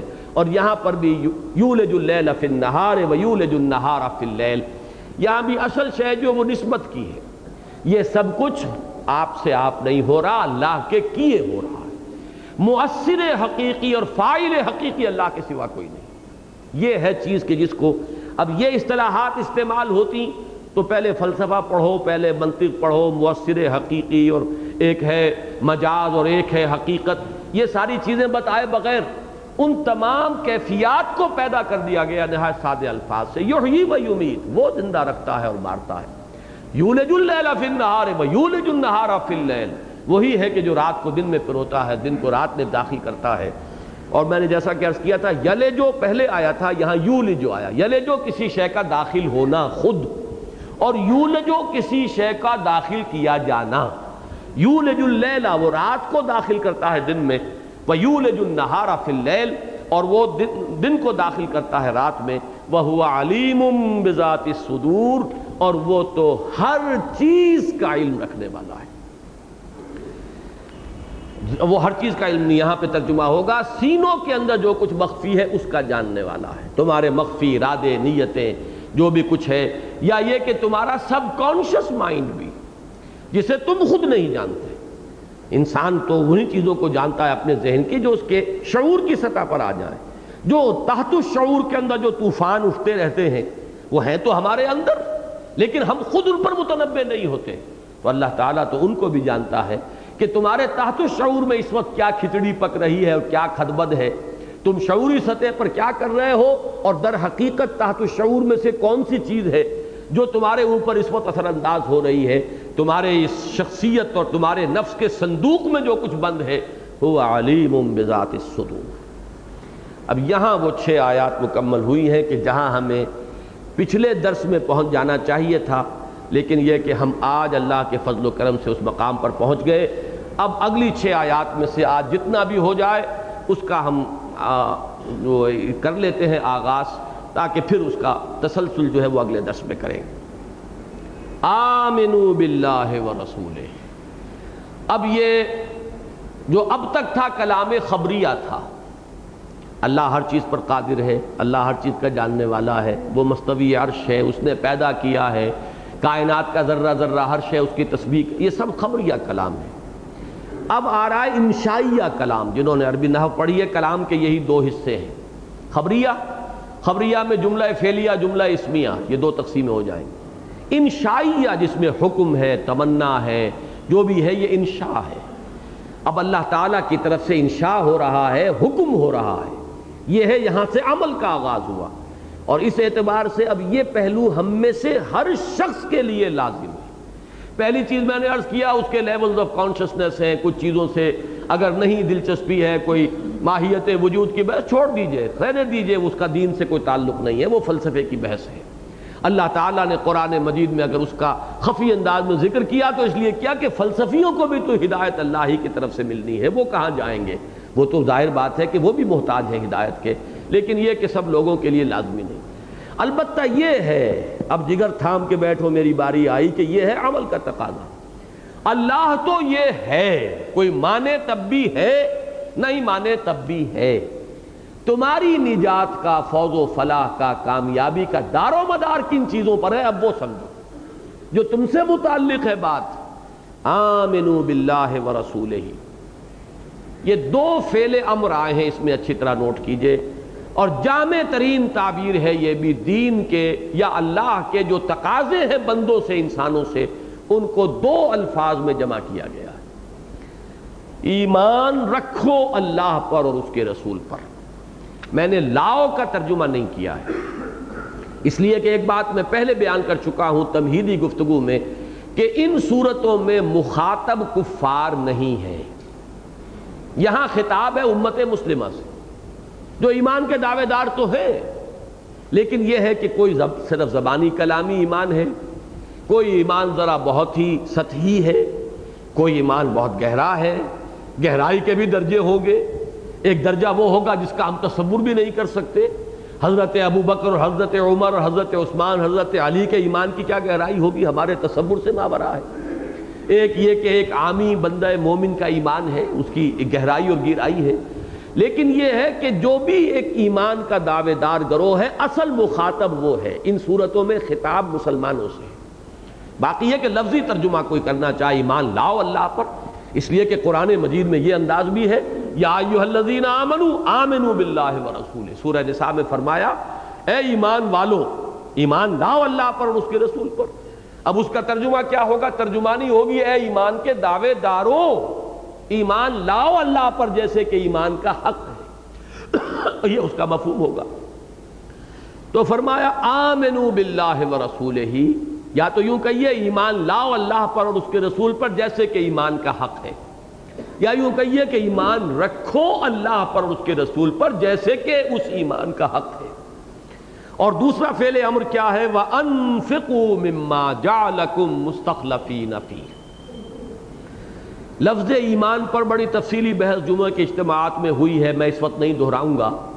امنا یا امنو، امن میں ہونا، آمنا یومنو کسی کو امن دینا، اور بے کے ساتھ یا لام کے ساتھ آئے گا تو تصدیق کرنا۔ تصدیق میں ایک تصدیق ہو سکتی ہے بڑی گہرائی اور اعتماد کے ساتھ، ایک تصدیق ہو سکتی ہے سرسری سی۔ تو جب بھی لفظ ایمان آتا ہے ایمانیات کے ذیل میں سوائے ایک مثال کے، وہ با کے ساتھ آتا ہے۔ پورا اعتماد رکھو اللہ پر اور اس کے رسول پر، پورے وثوق کے ساتھ مانو اللہ پر اس کے رسول کو، یہ تصدیق پوری گہرائی کے ساتھ ہو اللہ پر اس کے رسول کی۔ تو فرمایا آمنوا باللہ ورسولہ وانفقوا۔ ایک بات اور نوٹ کر لیجئے، ابھی تک پچھلی 6 آیات میں کہیں رسالت کا ذکر نہیں تھا، یہ کل گفتگو ذات و صفات باری تعالی، یہ توحید کی بحث تھی۔ عمل کا جب معاملہ آئے گا تو اب رسالت آئے گی، اس لیے کہ اللہ کی بندگی کیسے کرو گے، اللہ کے حکام کیسے معلوم ہوں گے، اس کی مرضیات اور منہیات کا علم کیسے ہوگا، اللہ کس بات سے راضی ہے کس سے ناراض ہے یہ کون بتائے گا، کیا جائز ہے کیا ناجائز ہے یہ کون بتائے گا، کیا اوامر ہے کیا نواہی ہے یہ کس کے ذریعے معلوم ہوں گے۔ اب چونکہ عمل کا معاملہ آ رہا ہے تو اب فوراً اس کے ساتھ نتھی ہو گیا ہے آمنوا باللہ ورسولہ، ایمان لاؤ اللہ پر اور اس کے رسول پر، ایمان رکھو اللہ پر اور اس کے رسول پر، اعتماد اور یقین رکھو اللہ پر اور اس کے رسول پر۔ دوسرا لفظ ہے انفاق، اس کی تھوڑی سی میں نحوی بحث آپ کے سامنے کر دیتا ہوں۔ نفقہ ینفقو، یہ جب ثلاثی مجرد میں آتا ہے تو کسی چیز کا کھپ جانا، ختم ہو جانا، خرچ ہو جانا۔ نفقت الدراہم، پیسے خرچ ہو گئے، ختم ہو گئے، مال جو ہے وہ اب وہ نقدی جاتی رہی، ختم ہو گئی، کھپ گئی۔ اور کسی چیز کا کھپ جانا، ختم ہو جانا، یہ حیوانات کے بارے میں بھی آتا ہے مر جانے کے لیے۔ نفق الفرس، گھوڑا ختم ہوا۔ اور کھپنا جو لفظ ہے یہ دونوں طرف آتا ہے اردو زبان کا، بلکہ یہ غالباً ہندی سے آیا ہے۔ جان و مال کھپانا، مر کھپ گئے، یہ مر کے ساتھ بھی کھپ ہے، اور خرچ کرنے کے لیے بھی یہ مال کھپا دینا جو ہے، صرف کر دینا، اس کے لیے بھی آتا ہے۔ تو انفاق کا لفظ عام طور پر ہمارے ذہنوں میں آتا ہے صرف مال خرچ کرنے کے لیے، لیکن جیسے کہ اس مقام پر بڑا وضاحت کے ساتھ بات آ جائے گی، یہاں پر کھپا دینا، لگا دینا، خرچ کر دینا، صرف کر دینا، یہ دونوں چیزوں پر آئے گا، جان کا کھپانا بھی، مال کا کھپانا۔ اور آج کی اصطلاح میں یہ جان لیجئے کہ دونوں چیزیں انٹر کنورٹیبل ہیں، کیپٹل کی 2 شکلیں ہیں۔ آپ کی صلاحیت ہے جو مال بناتی ہے، آپ کا وقت ہے جس سے آپ پیسہ کماتے ہیں، اور مال سے اور پیسے سے آپ لوگوں کی صلاحیتیں جو ہے وہ خرید سکتے ہیں۔ تو یہ تو انٹر کنورٹیبل ہے، آپ تنخواہ دیجئے اور بڑے سے بڑے آدمی کو ملازم رکھ لیجئے، اور آپ اپنی صلاحیت صرف کیجئے۔ ایک ڈاکٹر کا 1 گھنٹہ مساوی ہے اتنے روپے کے، ایک ایوریج ہے۔ ایک سکلڈ لیبرر کا 1 گھنٹہ مساوی ہے اتنے روپے کے، انسکلڈ کا 1 گھنٹہ مساوی ہے اتنے کے۔ اس کی توانائی، اس کی صلاحیت کی یہ قیمت مارکیٹ میں اٹھ رہی ہے، اس کی صلاحیت کی اور توانائی کی یہ قیمت ہے جو مارکیٹ میں اٹھتی ہے۔ تو یہ در حقیقت ہے بھی ایک ہی، جیسے کہ وہ ٹائم اینڈ سپیس کمپلیکس ایک ہے، ذات و صفات ایک وحدت ہے، اسی طریقے سے جان لیجئے کہ یہ معاملہ بھی ایک ہی ہے، کھپانا، لگانا، صرف کرنا، خرچ کرنا۔ انفقوا مما جعلکم مستخلفین فیہ، یہاں چونکہ ابھی ایک آیت عنوان بن کر آ رہی ہے، اگلی 5 آیتوں میں اس کی شرح ہوگی، لہذا یہاں بہت ہی مختصر الفاظ ہیں۔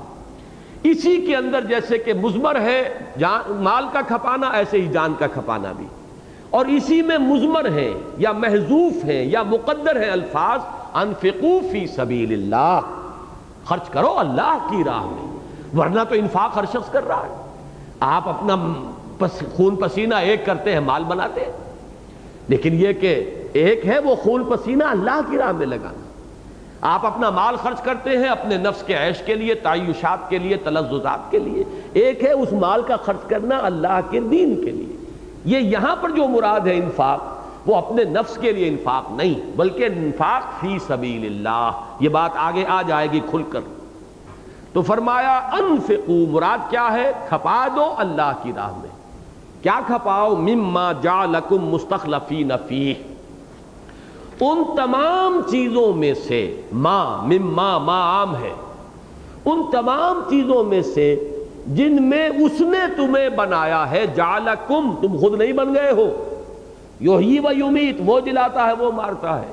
یولج اللیل فی النہار و یولج النہار فی اللیل، اسی طریقے سے جعلکم، تم مجعول ہو، تمہیں اس نے بنایا ہے۔ اور بنایا کیا ہے؟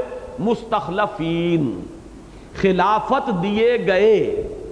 دیکھیے مجہولیت کا، مفعولیت کا کس قدر اہتمام ہو رہا ہے۔ مستخلف کے معنی بھی اگر مستخلف ہوتا تو اس کے اندر فاعل کا مفہوم ہوتا خلافت حاصل کرنے والا۔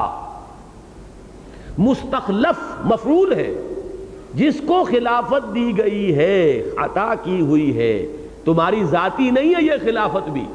حاکمیت تو بہت دور کی بات ہے، نسبت کوئی اس کی نسبت ہی نہیں تمہارے ساتھ۔ حاکم تو اللہ ہے، وہ تو ان الحکم الا للہ، حاکم حقیقی تو اللہ کے سوا کوئی ہے ہی نہیں۔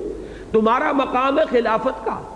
خلافت بھی یہ تمہاری ذاتی نہیں ہے، خانہ زاد نہیں ہے، تم نے خود حاصل نہیں کی ہے، تم مستخلف ہو، تمہیں خلافت عطا کی گئی ہے۔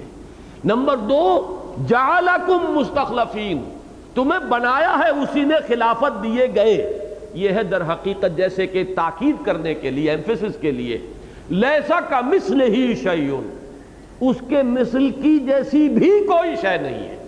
اب معلوم ہے کہ مثل بھی نہیں ہے اس کو۔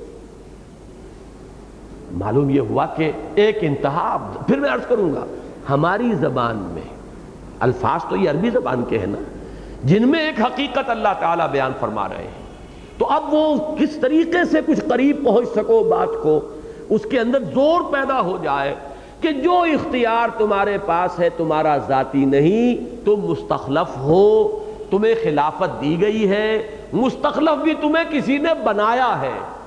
وَأَنفِقُوا مِمَّا جَعَلَكُمْ مُسْتَخْلَفِينَ فِيهِ، کھپاؤ اس کی راہ میں، اس کے راستے میں صرف کرو، لگا دو ان تمام چیزوں میں سے ہے، یہ نہیں کہ سب کچھ لگا دو۔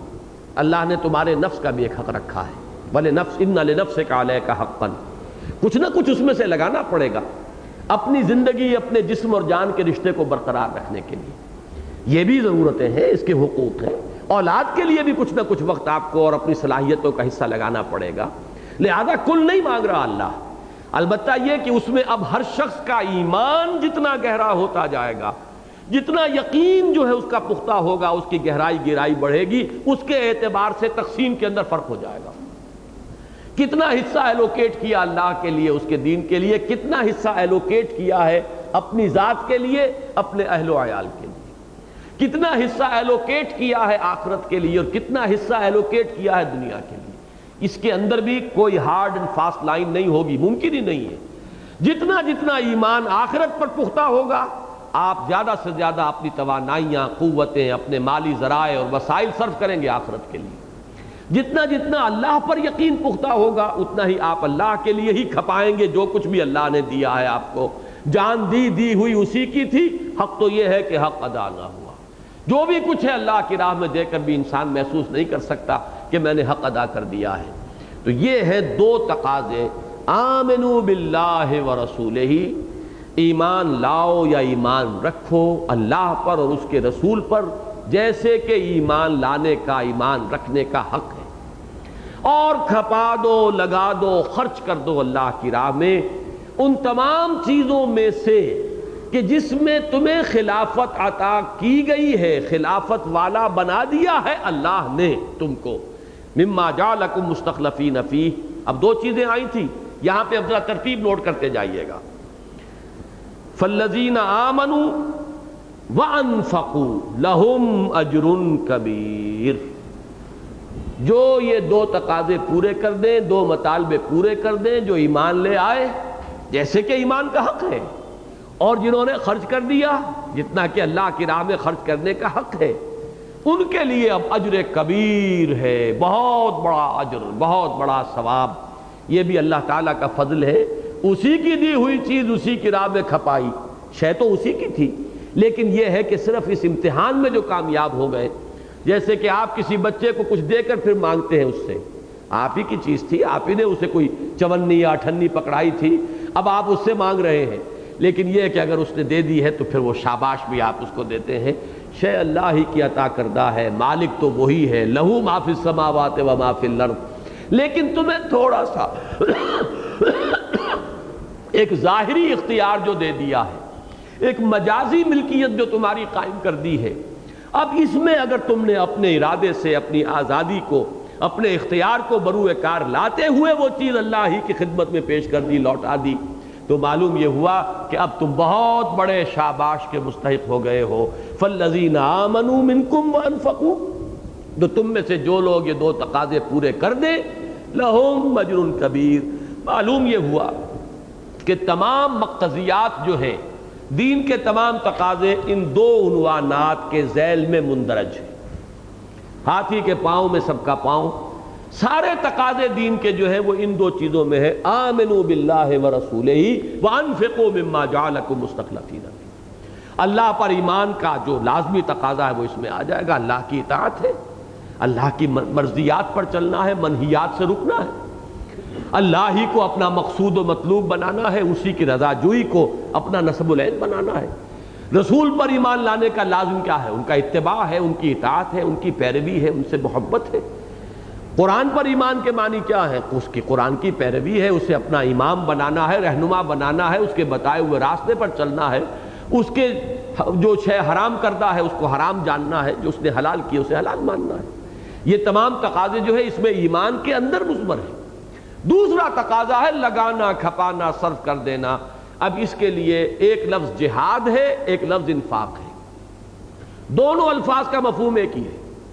جہاد بالمال والنفس، ہمیشہ جہاں جہاد کا لفظ آتا ہے دو معنی، جاہدوا فی سبیل اللہ باموالکم وانفسکم، جہاد کرو اللہ کی راہ میں اپنی جانوں سے بھی اپنے مال سے بھی، جہاد بالمال، جہاد بالنفس، انفاق مال، انفاق نفس، کھپاؤ اپنا مال بھی اور کھپا دو اپنی جو صلاحیتیں اور قوتیں ہیں، جو توانائیاں ہیں وہ بھی، اپنی جان کھپا دو، آخری مرحلہ یہ ہے کہ گردن کٹوا دو اللہ کے دین کی سربلندی کے لیے۔ تو انفاق اور جہاد یہ دونوں ہم وزن اصطلاحات ہیں۔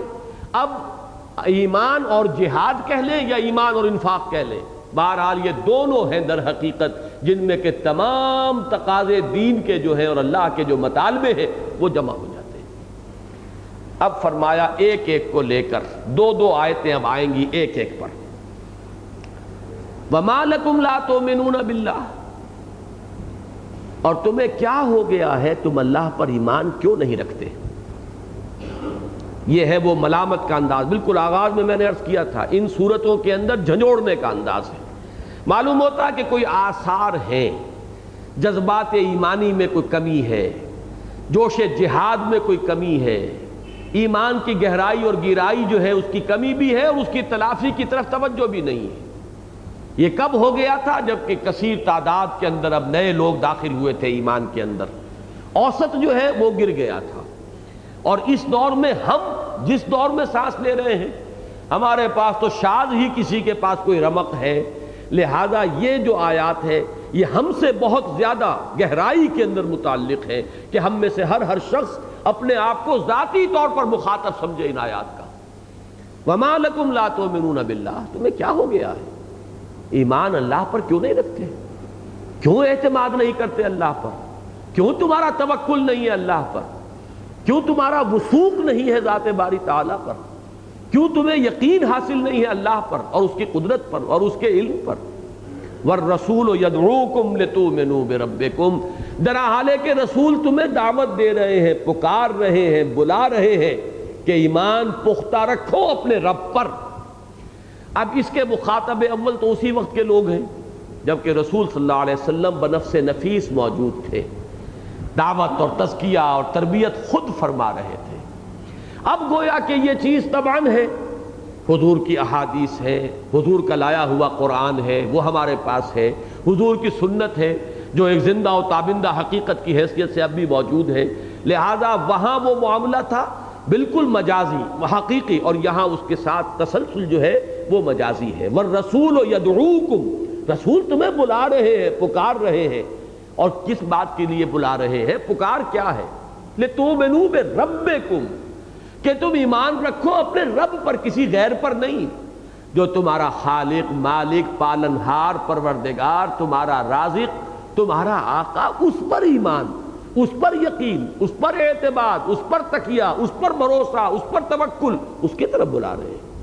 وَقَدْ أَخَذَ مِيثَاقَكُمْ إِن كُنتُم مُّؤْمِنِينَ، اور وہ تم سے قول و قرار لے چکا ہے، پختہ عہد لے چکا ہے اگر تم مومن ہو۔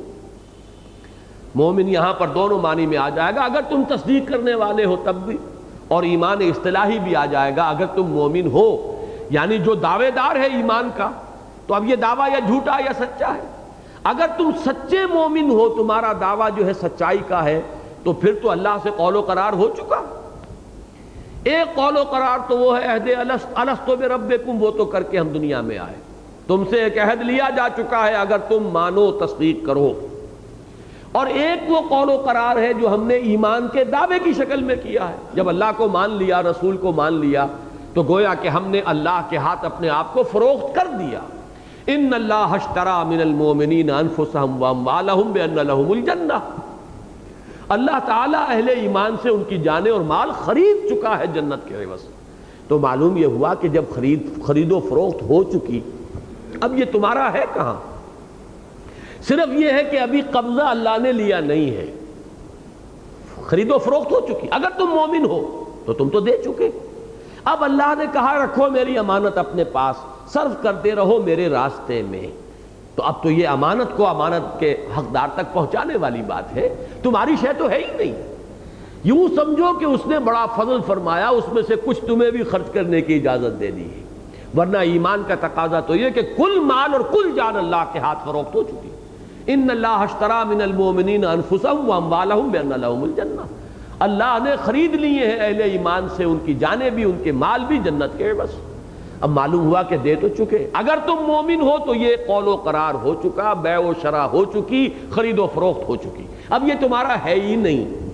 اب اگر وہ کہتا ہے کہ لگا دو، تو اب تمہارا دل بھجتا ہے، بخل ہے، شوہ ہے، حرص ہے، حب دنیا ہے، حب مال ہے، تمہارا جو ہے طبیعت جو ہے وہ بھجتی ہے اندر سے، یہ شکل جو ہے یہ ایمان کی پھر منافی ہے۔ نالکم، کیا ہو گیا تمہیں؟ تم لوگ کیوں نہیں یقین رکھتے اللہ پر؟ درا حالے کہ رسول تمہیں بلا رہے ہیں اب کہ ایمان رکھو اپنے رب پر، اور وہ تو قول و قرار لے چکا ہے، عہد اور معاہدہ ہو چکا ہے اگر تم مومن ہو یا اگر تم مانتے ہو۔ اب اگر کسی کو تنبہ ہو گیا، یہ تو چوکانے کے لیے ہے نا، جھنجھوڑنے کے لیے ہے، بیدار کرنے کے لیے یہ الفاظ ہے۔ اگر فرض کیجئے آپ بیدار ہو گئے، آپ کو تنبہ ہو گیا، ابھی تک توجہ نہیں ہوئی تھی، کبھی گریبان میں جھانکا ہی نہیں تھا کہ ایمان کس درجے میں ہے بھی کہ نہیں ہے، کیا حال ہے، ایمان جو ہے بہت کمزور ہے یا ایمان جو ہے قابل اطمینان حد تک قوی ہے، اللہ پر توکل کتنا ہے کتنا نہیں ہے، آخرت کا یقین کتنا ہے کتنا نہیں ہے، توجہ نہیں ہوئی، تنبہ نہیں ہوا۔ اب اگر توجہ ہو گئی، تنبہ ہو گیا، تو فطری طور پر ایک سوال پیدا ہوگا کہ ایمان کا منبع اور سرچشمہ کون سا ہے، یہ ایمان ملتا کہاں ہے؟ یہ بالکل اسی کو ادا کیا ہے ظفر علی خان نے کہ وہ جنس نہیں ایمان جسے لے آئیں دکانیں فلسفہ سے۔ یہ کون سی دکان سے جن سے گرا مایا ملتی ہے، کہاں جائیں کہاں سے لائیں؟ کمی کا تو احساس ہو گیا، ایمان کی کمی ہے، لیکن اس کمی کو پورا کرنے کے لیے یہ جن سے گرا مایا خریدیں کہاں سے جا کر، کون سی دکان ہے، کہاں سے حاصل کریں؟ یہ اہم ترین عملی سوال ہے جو پیدا ہوا، اس کا جواب اب دے دیا گیا۔ هو الذی ينزل على عبده آیات بینات لیخرجکم من الظلمات الى النور وان اللہ بکم لرؤوف الرحیم۔ وہی ہے اللہ جو آخر میں کہا رؤوف اور رحیم اللہ.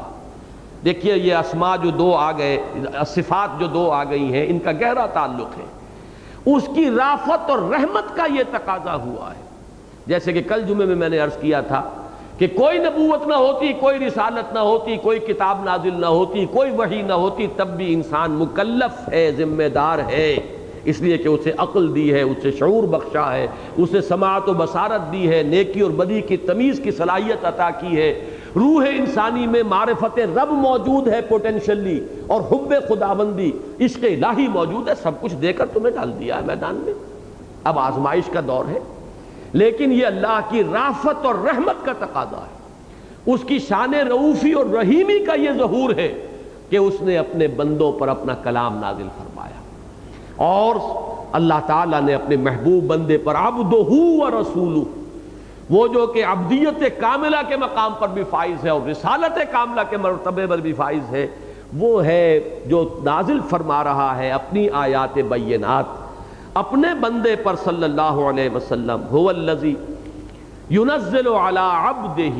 اب جی تو چاہتا ہے کہ اس عبد پر بہت کلام ہو کہ عبد دیگر عبدہ چیزیں دیگر. حضور عبد ہیں لیکن ہم بھی عبد ہیں اور حضور بھی عبد ہیں، چہ نسبت خاک را با عالم پاک. عبد میں زمین و آسمان کا فرق ہے. وہ عبد کامل عبدہ بالکلیہ اللہ ہی کے بندے. ہم تو حرص و ہوا کے بندے، خواہشات کے بندے، زمانے کے رواج کے بندے، مصلحتوں کے اسیر. اور وہ جو کہیں شروع پچھلے زمانے میں تعلیم کا آغاز ہوتا تھا تو تختی پر لکھ کر اس پر سیاہی پھرواتے تھے بچوں سے، کریمہ ببخشائے برحال ماں کہ ہستم اسیر کمند ہوا. میں تو اپنی ہوا و ہوس اور خواہشات نفسانی کی کمند کا اسیر ہوں، پروردگار تو ہی بخشیو. تو ہم تو نہ معلوم کس کس چیز کی بندگی میں ہیں، صرف کہتے ہیں زبان سے کہ اللہ کے بندے ہیں. وہ عبد کامل عبدہ ہے محمد الرسول اللہ صلی اللہ علیہ وسلم. تو فرمایا هو الذی، وہی ہے جو نازل فرما رہا ہے اپنے بندے پر صلی اللہ علیہ وسلم آیات بینات، روشن آیتیں، روشن نشانیاں. یہ آیات قرآنیاں کس لیے؟ لے یخرجکم، تاکہ وہ نکالنے والے رسول ہیں. کس ذریعے سے نکالیں گے؟ وہ یہ آیات بینات ہیں. لیخرجکم، تاکہ وہ نکالے تمہیں، من الظلمات الی النور، اندھیروں سے روشنی کی طرف. گمراہی کے اندھیرے، مادیت کے اندھیرے، الحاد کے اندھیرے، بے یقینی کے اندھیرے، شکوک و شبہات کے اندھیرے، ان تمام اندھیروں سے نور ایمان، نور یقین. ایمان کے لیے لفظ نور ہی ہے. نور قلوبنا بالایمان، اے اللہ ہمارے دلوں کو ایمان سے منور فرما دے. تو یہ نور ہے. اس نور کی طرف لانے والی شے کیا ہے؟ یہ آیات بینات ہیں. یہ بڑی اہم بات ہے، اس کو سمجھ لیجئے. پہلی بات یہ معین ہوئی کہ در حقیقت منبع اور سرچشمہ ایمان قرآن ہے، آیات قرآنیہ. حضور صلی اللہ علیہ وسلم نے بھی لوگوں کو نکالا ہے کفر اور شرک اور مادہ پرستی اور الحاد اور جتنی بھی گمراہیوں کے اندھیارے ہیں ان سے لوگوں کو نور ایمان میں اور ایمان کی روشنی کی طرف جو لائے ہیں تو آیات بینات ہی کے ذریعے سے لائے. اور یہ آیات بینات ہیں جو اللہ تعالیٰ نے محفوظ کر دی. حضور ہمارے مابین اس وقت موجود نہیں، لیکن وہ آیات بینات موجود ہیں، وہ نسخہ کیمیا موجود ہے. اتر کر حرا سے سوئے قوم آیا اور ایک نسخہ کیمیا ساتھ لایا. ہم نے اسے صرف حصول ثواب کا ایک آلہ بنا لیا تو یہ ہماری در حقیقت کوتاہی ہے، ہماری بدبختی ہے، ہمارا قصور ہے. اس کے اندر تو نہ معلوم کیا ہے. تو ہی ناداں چند کلیوں پر قناعت کر گیا، ورنہ گلشن میں علاج تنگی داما بھی ہے. اس قرآن کے اندر تو وہ نور ہے اور وہ ایمان پیدا کر دینے کی اور یقین پیدا کر دینے کی تاثیر ہے. تم نے وہ اس سے حاصل کرنا ہی نہیں چاہا. تم نے اس کو صرف پڑھ کر ثواب حاصل کرنا یا مردوں کو ثواب پہنچا دینا، بس اسی تک اگر اپنی منزل رکھی ہے تو یہ تو ہی ناداں چند کلیوں پر قناعت کر گیا، ورنہ گلشن میں علاج تنگی داما بھی ہے. قرآن کا مقصد نزول اس گمراہی کے اندھیروں سے نکال کر ایمان اور یقین کی روشنی میں لانا، یہ ہے اولین. اور اس کے لیے حوالہ دیا اللہ کی دو صفات کا، وَإِنَّ اللَّهَ بِكُمْ لَرَؤُوفٌ الرَّحِيمٌ. یہ اللہ کی شان رؤوفی اور رحیمی کا صدقہ ہے. یہ اس کا مظہر ہے کہ اس نے وہ کتاب نازل فرمائی اپنے بندے پر، اور اب ہم یہ کہیں گے مزید کہ یہ اس کا ہی رحمت کا منظر ہے، اس نے اس کتاب کی حفاظت کا ذمہ بھی لے لیا۔ اِنَّا نَحْنُ نَزَّلْنَا الذِّكْرَ وَإِنَّا لَهُ لَحَافِظُونَ، ہم نے ہی اس ذکر کو نازل فرمایا اور ہم خود ہی اس کے محافظ ہیں، تبھی آج یہ کتاب ہمارے پاس بھی ہے، ورنہ تورات کی حفاظت کا ذمہ نہیں لیا اور انجیل کی حفاظت کا ذمہ نہیں لیا، حفاظت کا ذمہ لیا اس قرآن مجید کا۔ یہ بہت بڑا فضل ہے۔ ان فضلہ کان علیک کبیرا، سورہ بنی اسرائیل میں حضور سے صیغہ واحد میں خطاب ہے، لیکن آپ غور کریں گے تو طبعاً ہم سب شامل ہیں اس میں۔ ان فضلہ کان علینا کبیرا، یقیناً اللہ کا فضل ہم سب پر بہت بڑا ہے، اس نے یہ کتاب نازل فرمائی اپنے بندے پر، اور پھر اس کتاب کی حفاظت کا ذمہ لیا کہ وہ آلہ جو ہے ایمان کو پیدا کرنے کا، اور وہ بھٹی نور ایمان کی اور حرارت ایمانی جس سے حاصل کیا جا سکتا ہے، وہ ہمارے پاس ہے۔ وہ جو خار از محجوری قرآن شدی، شکوہ سنجے گردش دوراں شدی، اے تو شبنم بر زمیں افتندئی، در بغل داری کتاب زندئی، وہ کتاب زندہ تمہارے پاس موجود ہے، اور یہ اللہ کا بہت بڑا فضل ہے جو اس امت پر ہوا۔ بارک اللہ لی ولکم فی القرآن العظیم ونفعنی وإیاکم بالآیات والذکر الحکیم۔